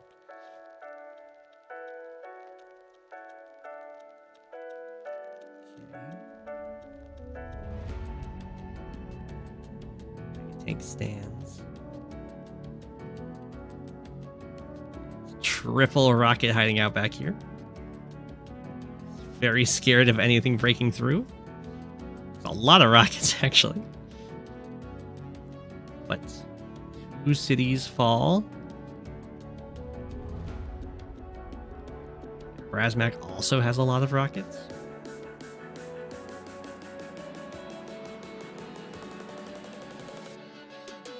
Missile per side. Blam, blam, blam, blam, blam, blam, blam. Infantry gets trapped on a mega tank. That's not something you see every day.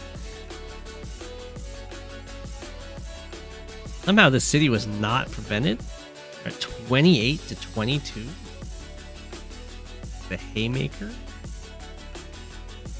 Wipe out. Oof. Oh, it hurts. Your mega tank getting one shot by an 8 health mega tank.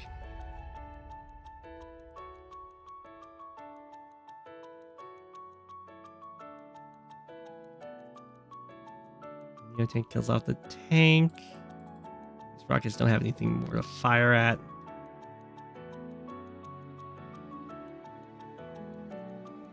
Okay, we have another double time. Commanderwolf trying to hold on for dear life. Does break through and hit a rocket. Still has quite a few copters. Still has the quadruple rocket battleship set up here. We're on day 50, 28k to 22. 2 comm towers to 0.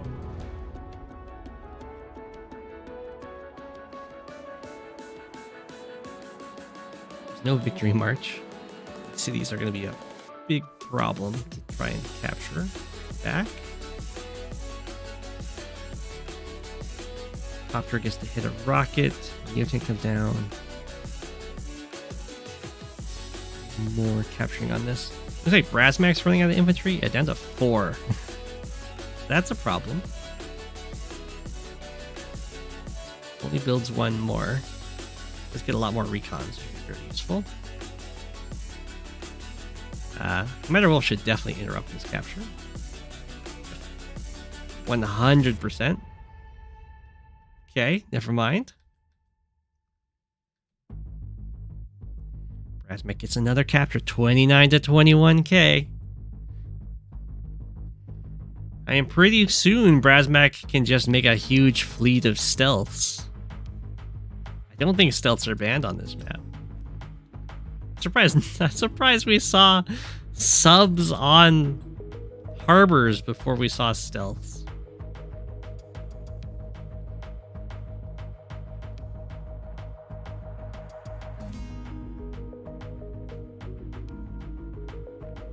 Okay. And Brasmak can do stealth triple infantry every turn. An attack in here by Commander Wolf. Looks like it's just going to be kind of an English trait, though. Blown away by the indirects.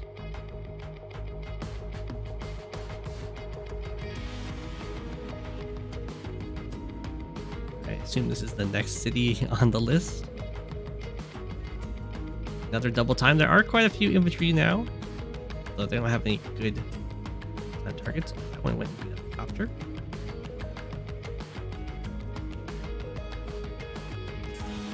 Commander Wolf doing their best to hold on. Some rockets have started to fall though. Neo tank probably should have killed the artillery rather than pick on the battleship.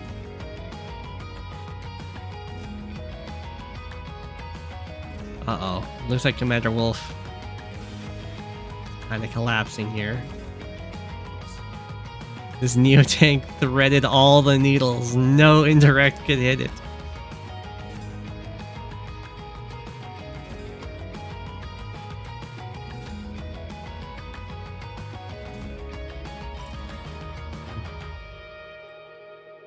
Surprised this mega tank ran away. There goes the artillery. There's still no indirects in range to hit this Neo tank. Another capture. This is the capture. Surely something interrupts this mech. Okay.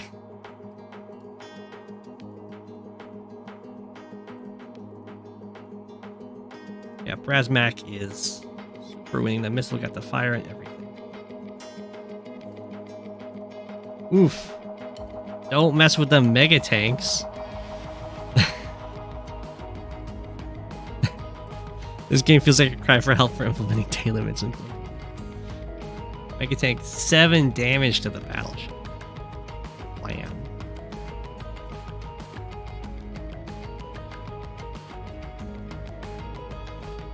We're at day 57.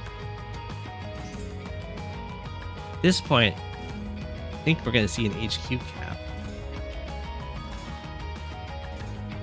We need like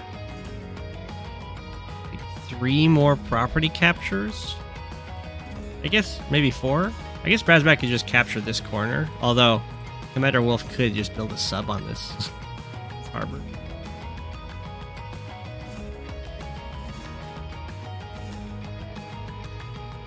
All the rockets get gobbled up. Mega tank probably runs up and kills an infantry. We have the double time.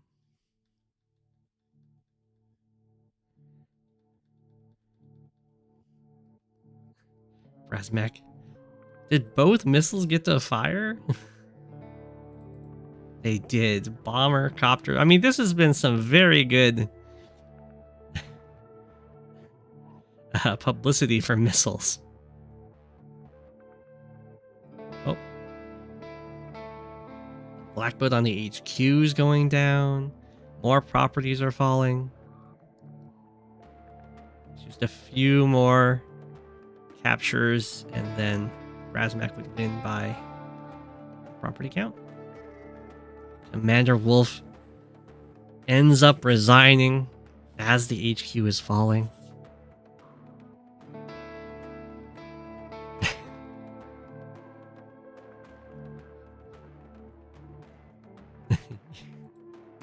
GG day 59. Yeah, you can't win by route because of the subs. They're forever holding the ground. That was quite the game. That game only took 4 days. That was 59 days in 4 days.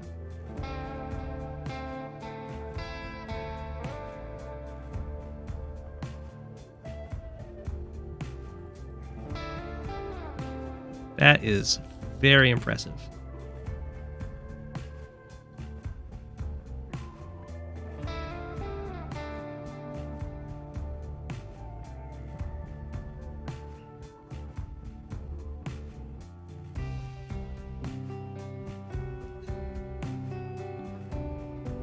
You smoke and you haven't smoked in 7 years. brasmak always has some very impressive games, I gotta say. Was that 6 days? I must have misread it.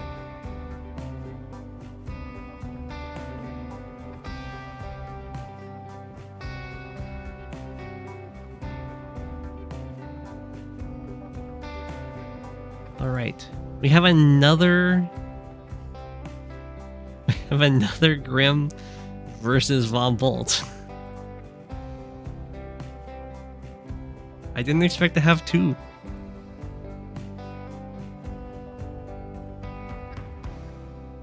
This is a map I've seen before? Yeah. Okay, well, we'll see if this Von Bolt ends up performing better than the last one. We do have a tank coming out on the 2-base side. You like to see it. Both players went for the same 2-base tank. Ooh, Mystery Fighter goes for the artillery tank. Sense does help. You have a nice infantry count. This is the same Grimm from Forlorn, yeah. But this is a different Von Bolt.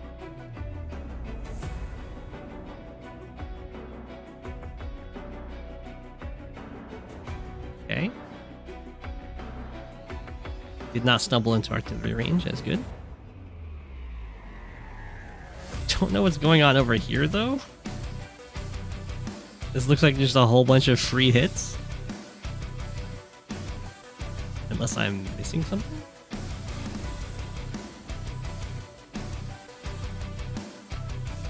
No, that's just a whole bunch of free hits. Okay.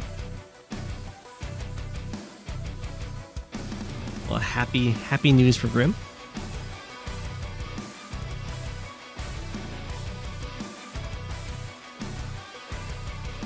Sacrificed itself.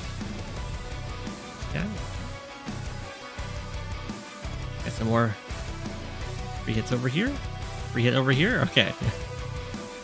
Might be a lower yellow game. Okay. That wasn't a free hit.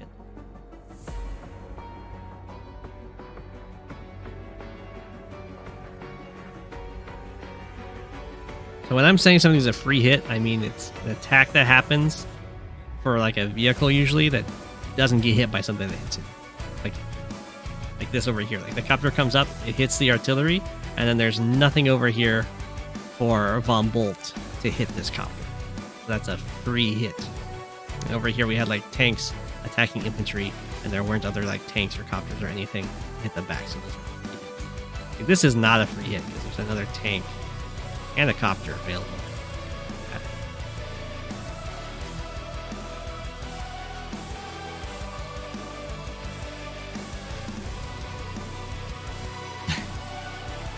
I would not recommend doing this. We'll eventually take out the copter, but it does get to do a lot of damage to you. You definitely don't do it with injury.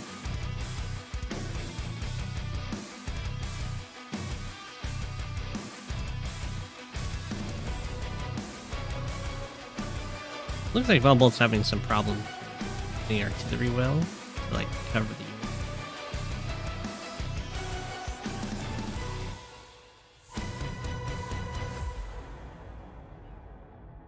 Things are looking very good for Grimm, mainly because these copters have been unanswered up here, and there's all those 3 hits down here. Okay, this is a better setup. The artillery, although 1, 2, 3, 4, 5. Tank can just go smack it if it really wants to. Probably will prefer to just back up.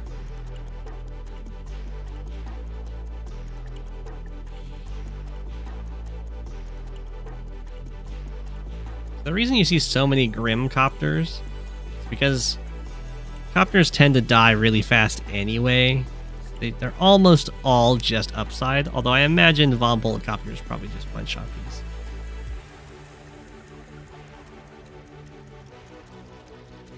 This is, I mean, I can count how many games I've done at the end.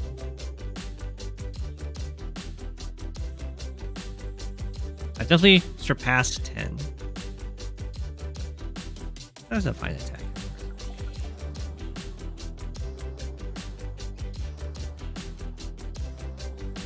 We're gonna have the Haymaker here. It's gonna be pretty nasty. These guys are really exposed. And we're gonna have some copter one-shots, yeah. Blam, blam, blam.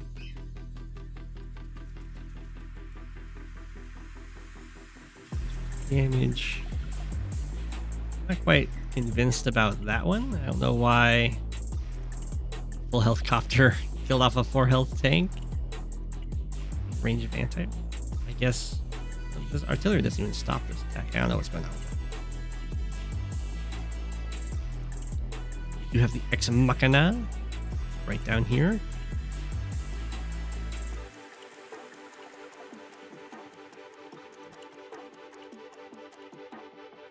I guess the idea was that the anti-air was overloaded anyway. Decided to go down here rather than up here. That's such a weird choice though, because you kill this and then the tank has to go through, hit the artillery.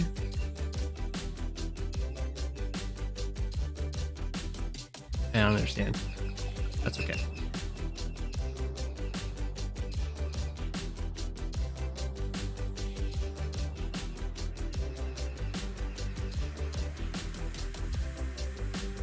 No, keeps giving. He just hasn't been able to find a good time.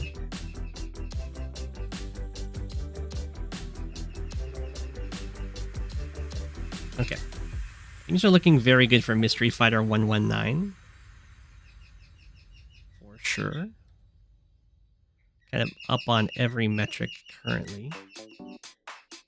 Do have the little breakthrough to go after this artillery finally. Goes down. So up here is starting to look much better for Vombolt. The birdie's very excited about it.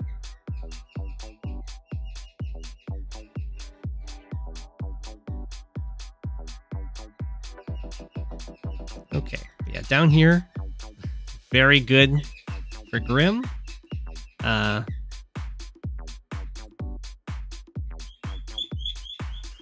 my goodness, the singing. I guess this doesn't reach here. I think this is just a constant quest of trying to overload anti-airs. Vombolt's definitely pulling back over here, but there's infantry kind of lagging behind it, so Grimm's own conquest in the south should help make up for it.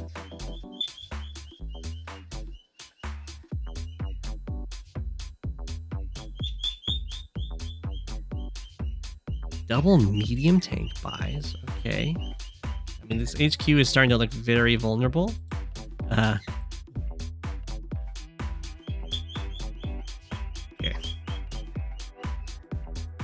HQ is going to be captured next turn. The problem is that this copter can just kill this copter with a power. This anti-air kills this copter. The anti-air can't reach. This copter can't reach. The medium tank can reach, but you can just block it. So that's GG. I assume.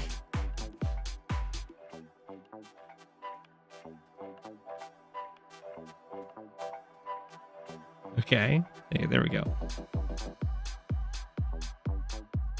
That is indeed GG. Just have to make sure that the super doesn't land here, and it doesn't. There's a resign. A well-played Mystery Fighter. Another victory against the Vombold for Grimm. That is Decubird. That is one of Decubird's songs.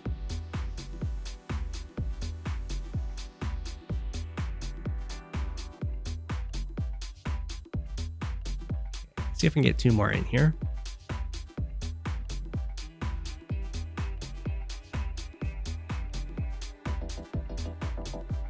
Got Ranu versus Ayagaon.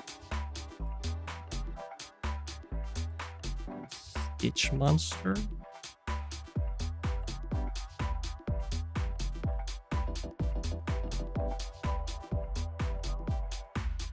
Much shorter than the Grimm game right before it. That's true.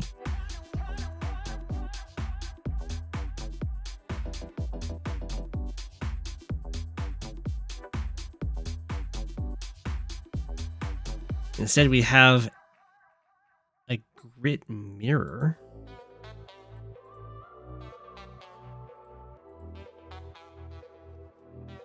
Need a Decubird playlist of all the songs he knows.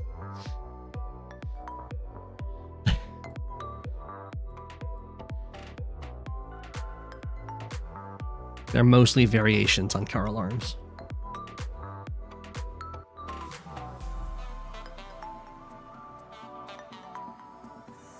Okay, so we'll see how the Grimm mirror ends up. I would probably go really heavy on the transport copters. We have an early recon. Early artillery over here. I guess there's a pipe scene to go after. No transport copter from either player. Okay. So they are currently not playing at all like I would. Which is probably for the best because I really dislike grit. So my judgment calls are probably wrong.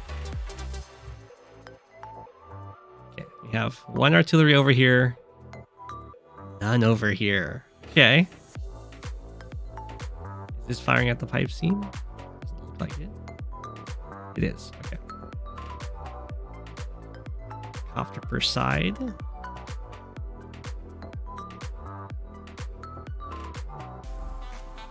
Pipe scene gone. Here comes more artillery from Ranu. Recon double infantry strike. Takes out this infantry.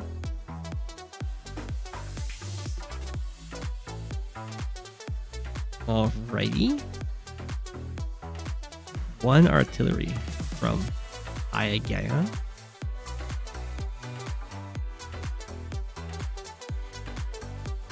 Pretty good capture routing here. The Recon's definitely been pulling its weight as a nice early investment. This is more what you expect. Triple artillery. It is really weird to play grit and not build indirects, because that's the only thing he benefits from. But you know what? Sometimes that's what you do.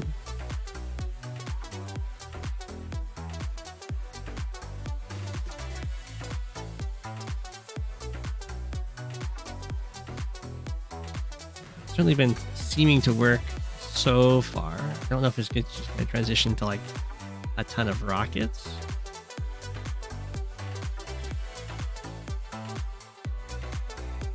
The attack has been looking pretty nice. The anti-air can't get to this copter. Still a single indirect.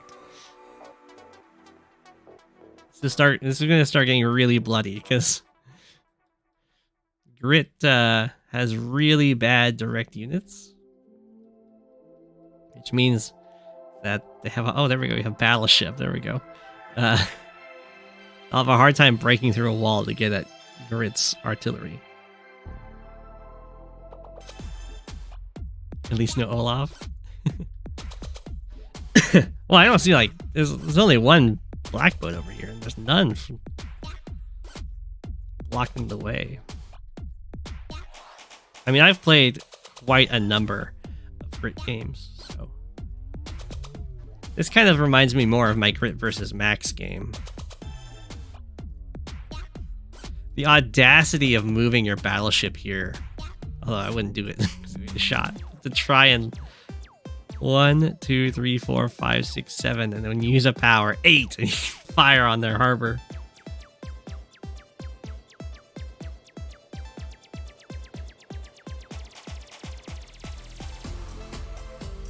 Double comm tower? It is double comm tower. Oh, okay. The snipe attack. Got 3.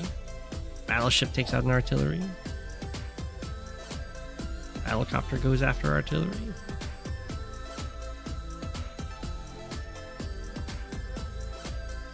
That's a pretty good attack for sure.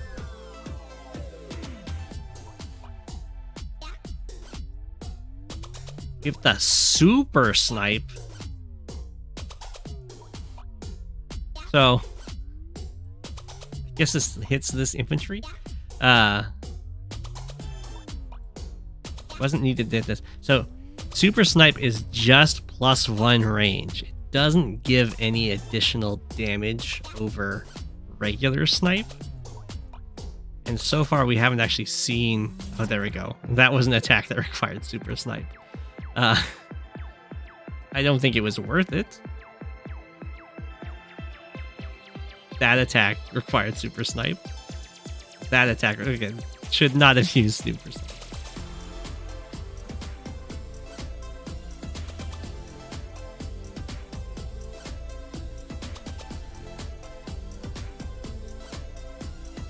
I know, it would have been very funny if the super snipe let this hit the other battleship.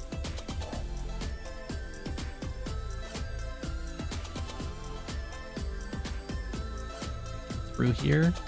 Absolutely, or I guess it's just the battleship.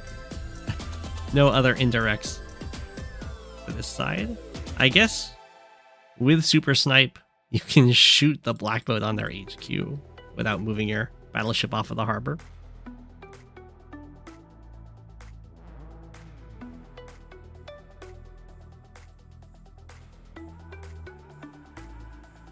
Okay, now the problem that Ranu is going to run into here is there's no recons. So a lot of these artillery are just kind of sitting in woods, hoping that stuff steps on cities.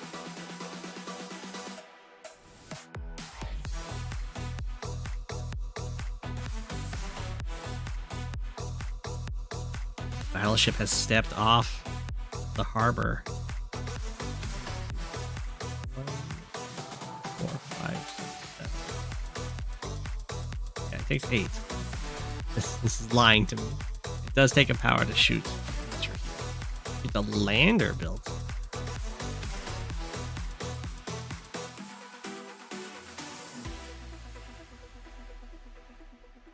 Rest in peace, infantry.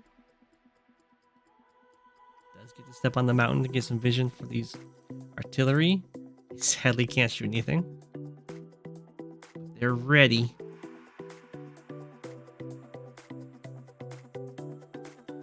Oof. Snipe that black boat. Bye. You have to be a little bit wary though. Ranu gets that super snipe. 1, 2, 3, 4, 5, 6, 7, 8, 9. We have a snipe attack. Pull off that anti-air.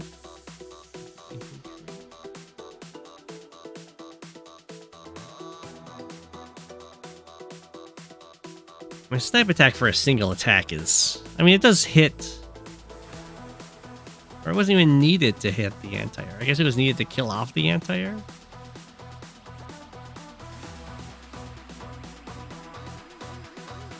A little sketchy.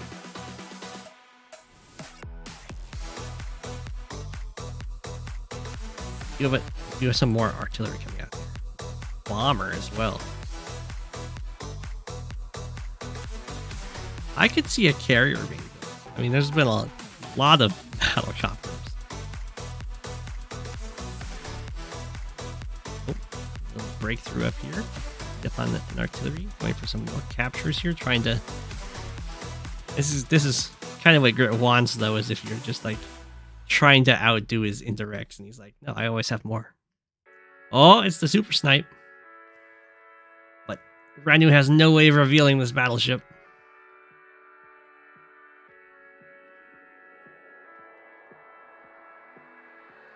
So many infantry just getting shelled. Poor battleship has so much range. It does not have that much range. 1, 2, 3, 4, 5, 6, 7, 8, 9, 10, 11. It wishes 12. It wishes it had a range of 12. We have another battleship built.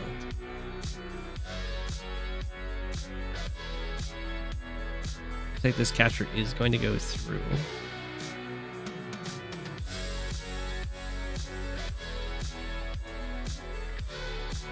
Ooh. We're getting in range of being able to just snipe this battleship. Battleship on battleship combat. No carry.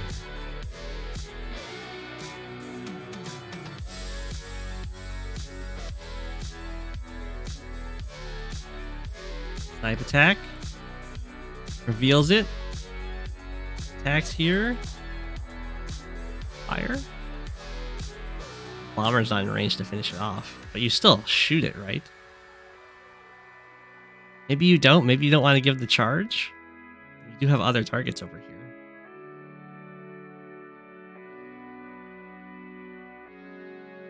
I would probably kill the black boat to reveal the forest.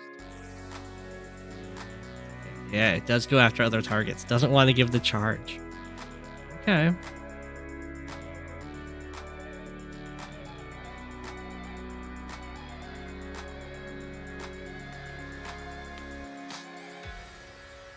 It would set it up to die to the bomber next turn.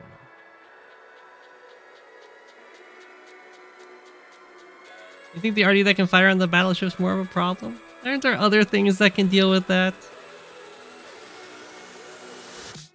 These other, you know, you could attack it.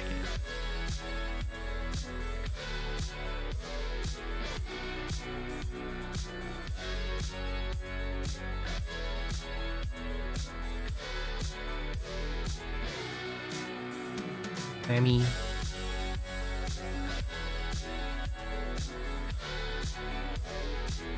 Bomber goes after the anti-air. Takes it out. Got that.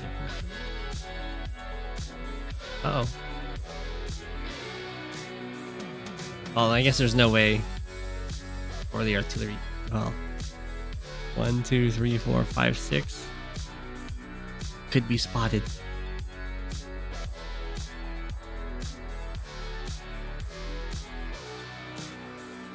Things are looking very good for Cobalt Ice. Ranu just resigns.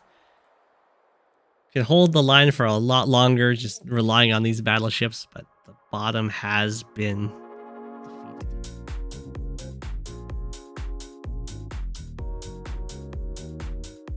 defeated. GG. Yeah, the vision game is really big. Artillery can't see. Even though they have a model on them with a man looking through binoculars.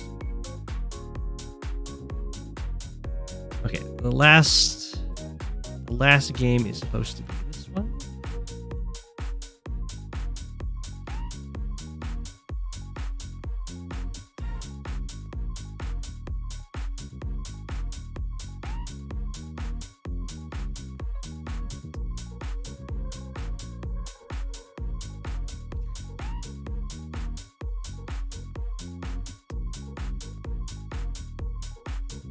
This is game 15. Pretty good progress, if I say so myself. The binocular man is only told where to look. Ah.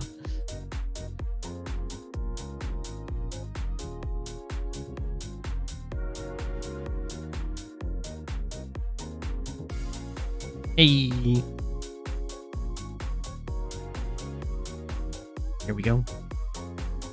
Got Bomb Bolt versus Sturm, a nice classic matchup. Usually, Vombolt will just win if it's like a straight up unit brawl, but Sturm can always get some shenanigans going with some really nice indirect placements.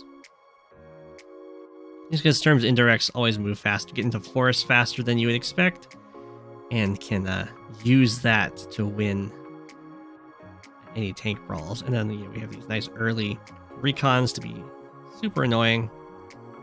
Ooh, the full surround. So this is like fine for Sturm because the full surround does also cost Vombolt infantry movement for going for properties, but it also does not bode well for said recon. So yeah, they attack other infantry to slow down captures. It does take 2 tanks to kill 1 recon from Vombolt. This one just gets away. Definitely worth the attack.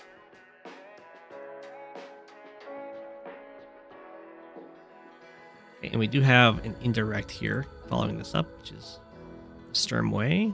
This comm tower is not captured yet, or even started yet, but I don't think Sturm's going to be able to stop anything either.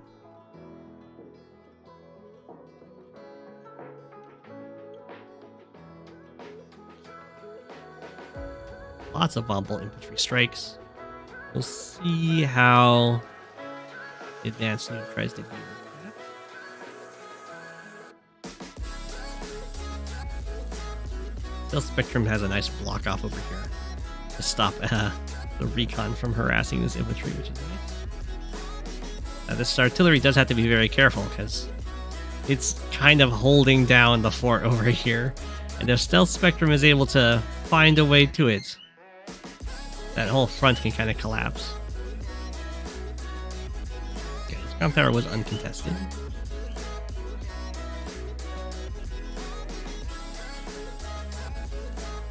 The Spectrum has this. Doesn't let the tanks get caught out by the indirect, although it can fire on infantry.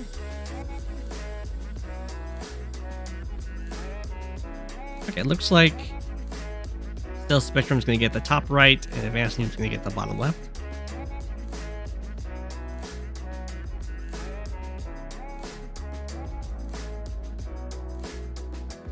Attack from the forest or the road. I think it's fine to attack from the forest. I mean, unless you can see that the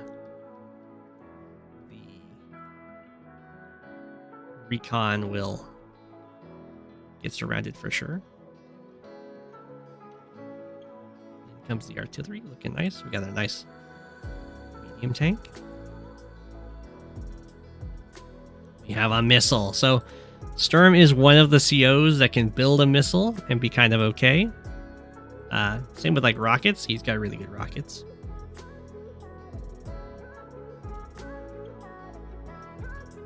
You misclicked when you try to get a rocket? I mean, it's a good thing you're Sturm. That's what I will say.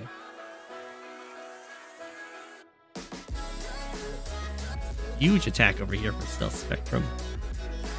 A lot of indirects. So usually, I mean not always, but indirects aren't the best against Sturm just because of how many recons Sturm tends to have and the fact that they've got 8 movement and they can just pester these things.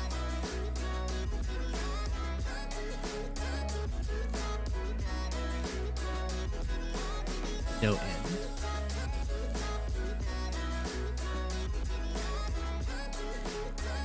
It's looking very scary. HQ. Tank will get away, which is nice. Comes the missile. There's actually been 0 air built by Stealth Spectrum. Or AdvanceNoob had one copter.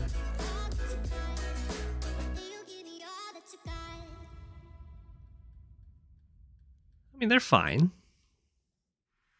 Stormcopters take less chip.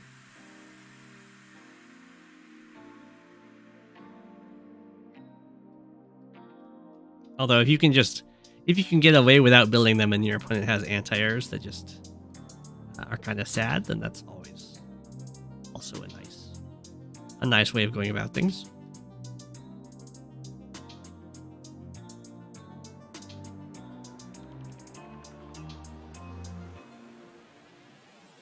The missile's almost here. Tanks. A lot of little light tanks. Stealth Spectrum has now equalized the economy.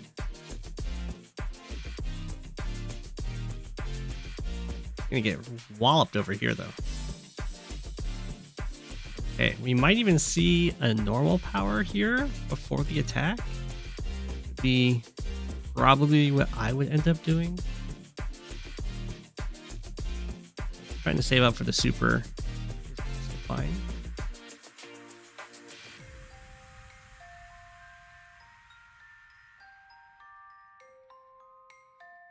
Okay.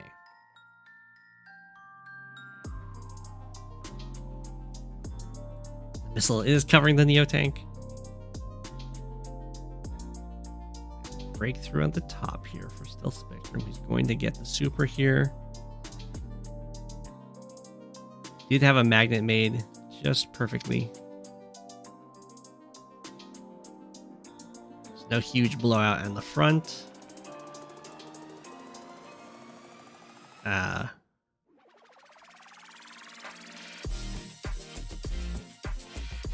Feel like over here is gonna get hit. Is that wrong?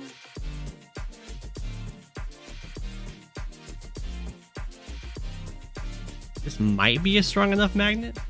Doesn't seem like it to me.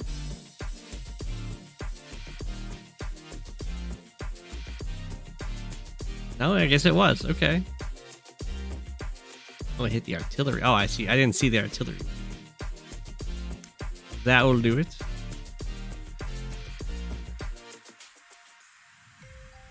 Ooh. Start the HQ cap. Really scary. Probably move into the forest, but I guess it doesn't matter. There is an artillery that can reach.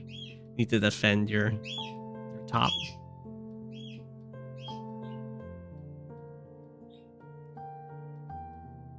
Your tank fires here. There's gonna be a scary joint cap to deal with because it's gonna be a Sturm infantry that you have to knock down to 2.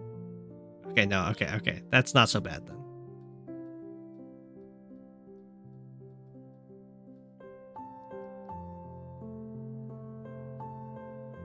Get this city though. AdvanceNoob with some nice economic gains. Just retreating over here.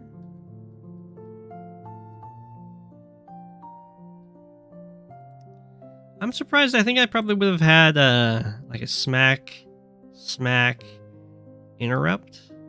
Just because I see so much stuff over here.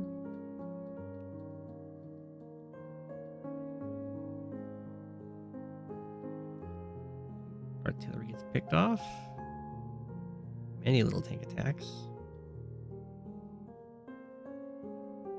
Stealth Spectrum out for blood.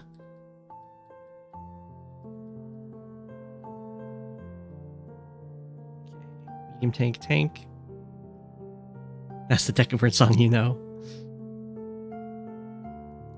Have a good night.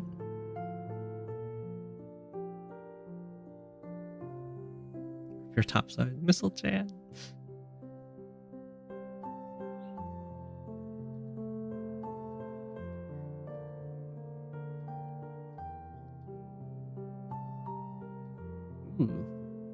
Stealth Spectrum is actually going to get this city cap. Although it doesn't look like for very long.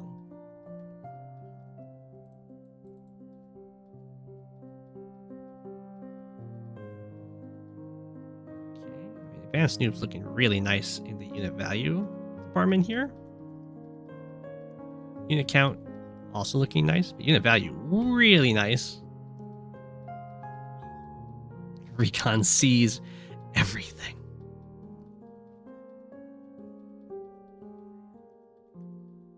Still no rockets bought, but that's okay. Things have been working out.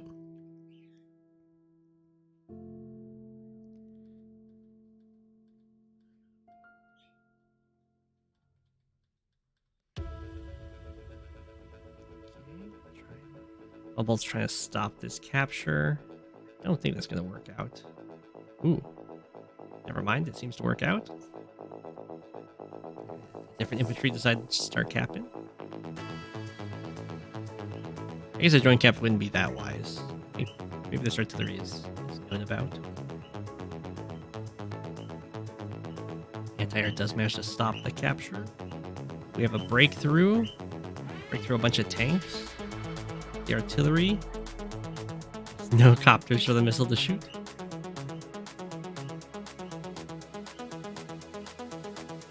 But this this looks a lot like a normal power blowout. Have to move stuff out of the way though.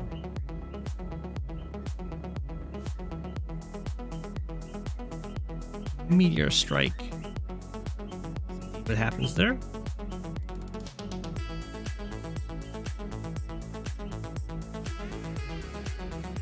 Neo tank, and I assume the Neo tank hits Kim tank. Although that might be a little hard to stop a bomb bolt super from hitting. Oh, we have the rocket bot. Although the there we go. The missile finds its purpose. It can be a magnet.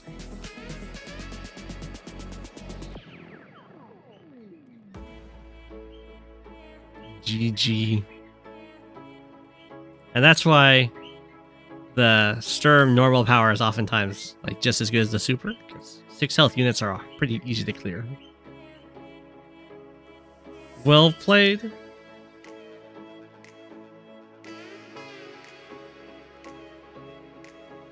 Oh.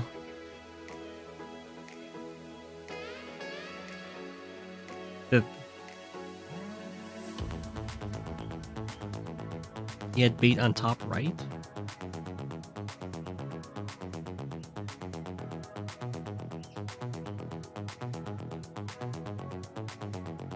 Oh, top left. It hit there. Oh, but he probably didn't calculate that you moved your units out of the way.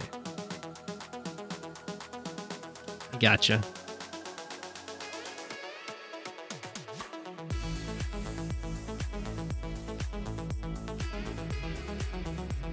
Alright. That will be it for the stream. I'll count how many games I covered, though. We got 1, 2, 3, 4, 5, 6, 7, 9, 10, 11, 12, 13, 14. 14. That's pretty good.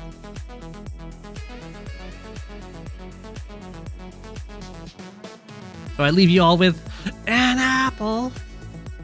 And I hope you have a good night. There's a Patreon if you would like to join it. We're gonna do have fun times, and we're gonna be doing anime watch. Maybe this Friday. We'll see. We'll see.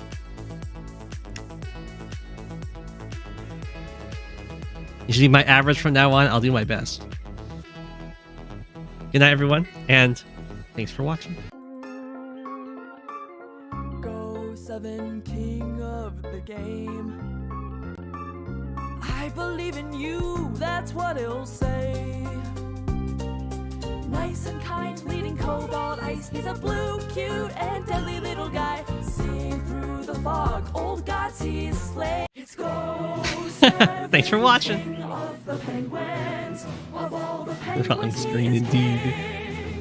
It's Go7 king of the penguins. Being king of the penguins.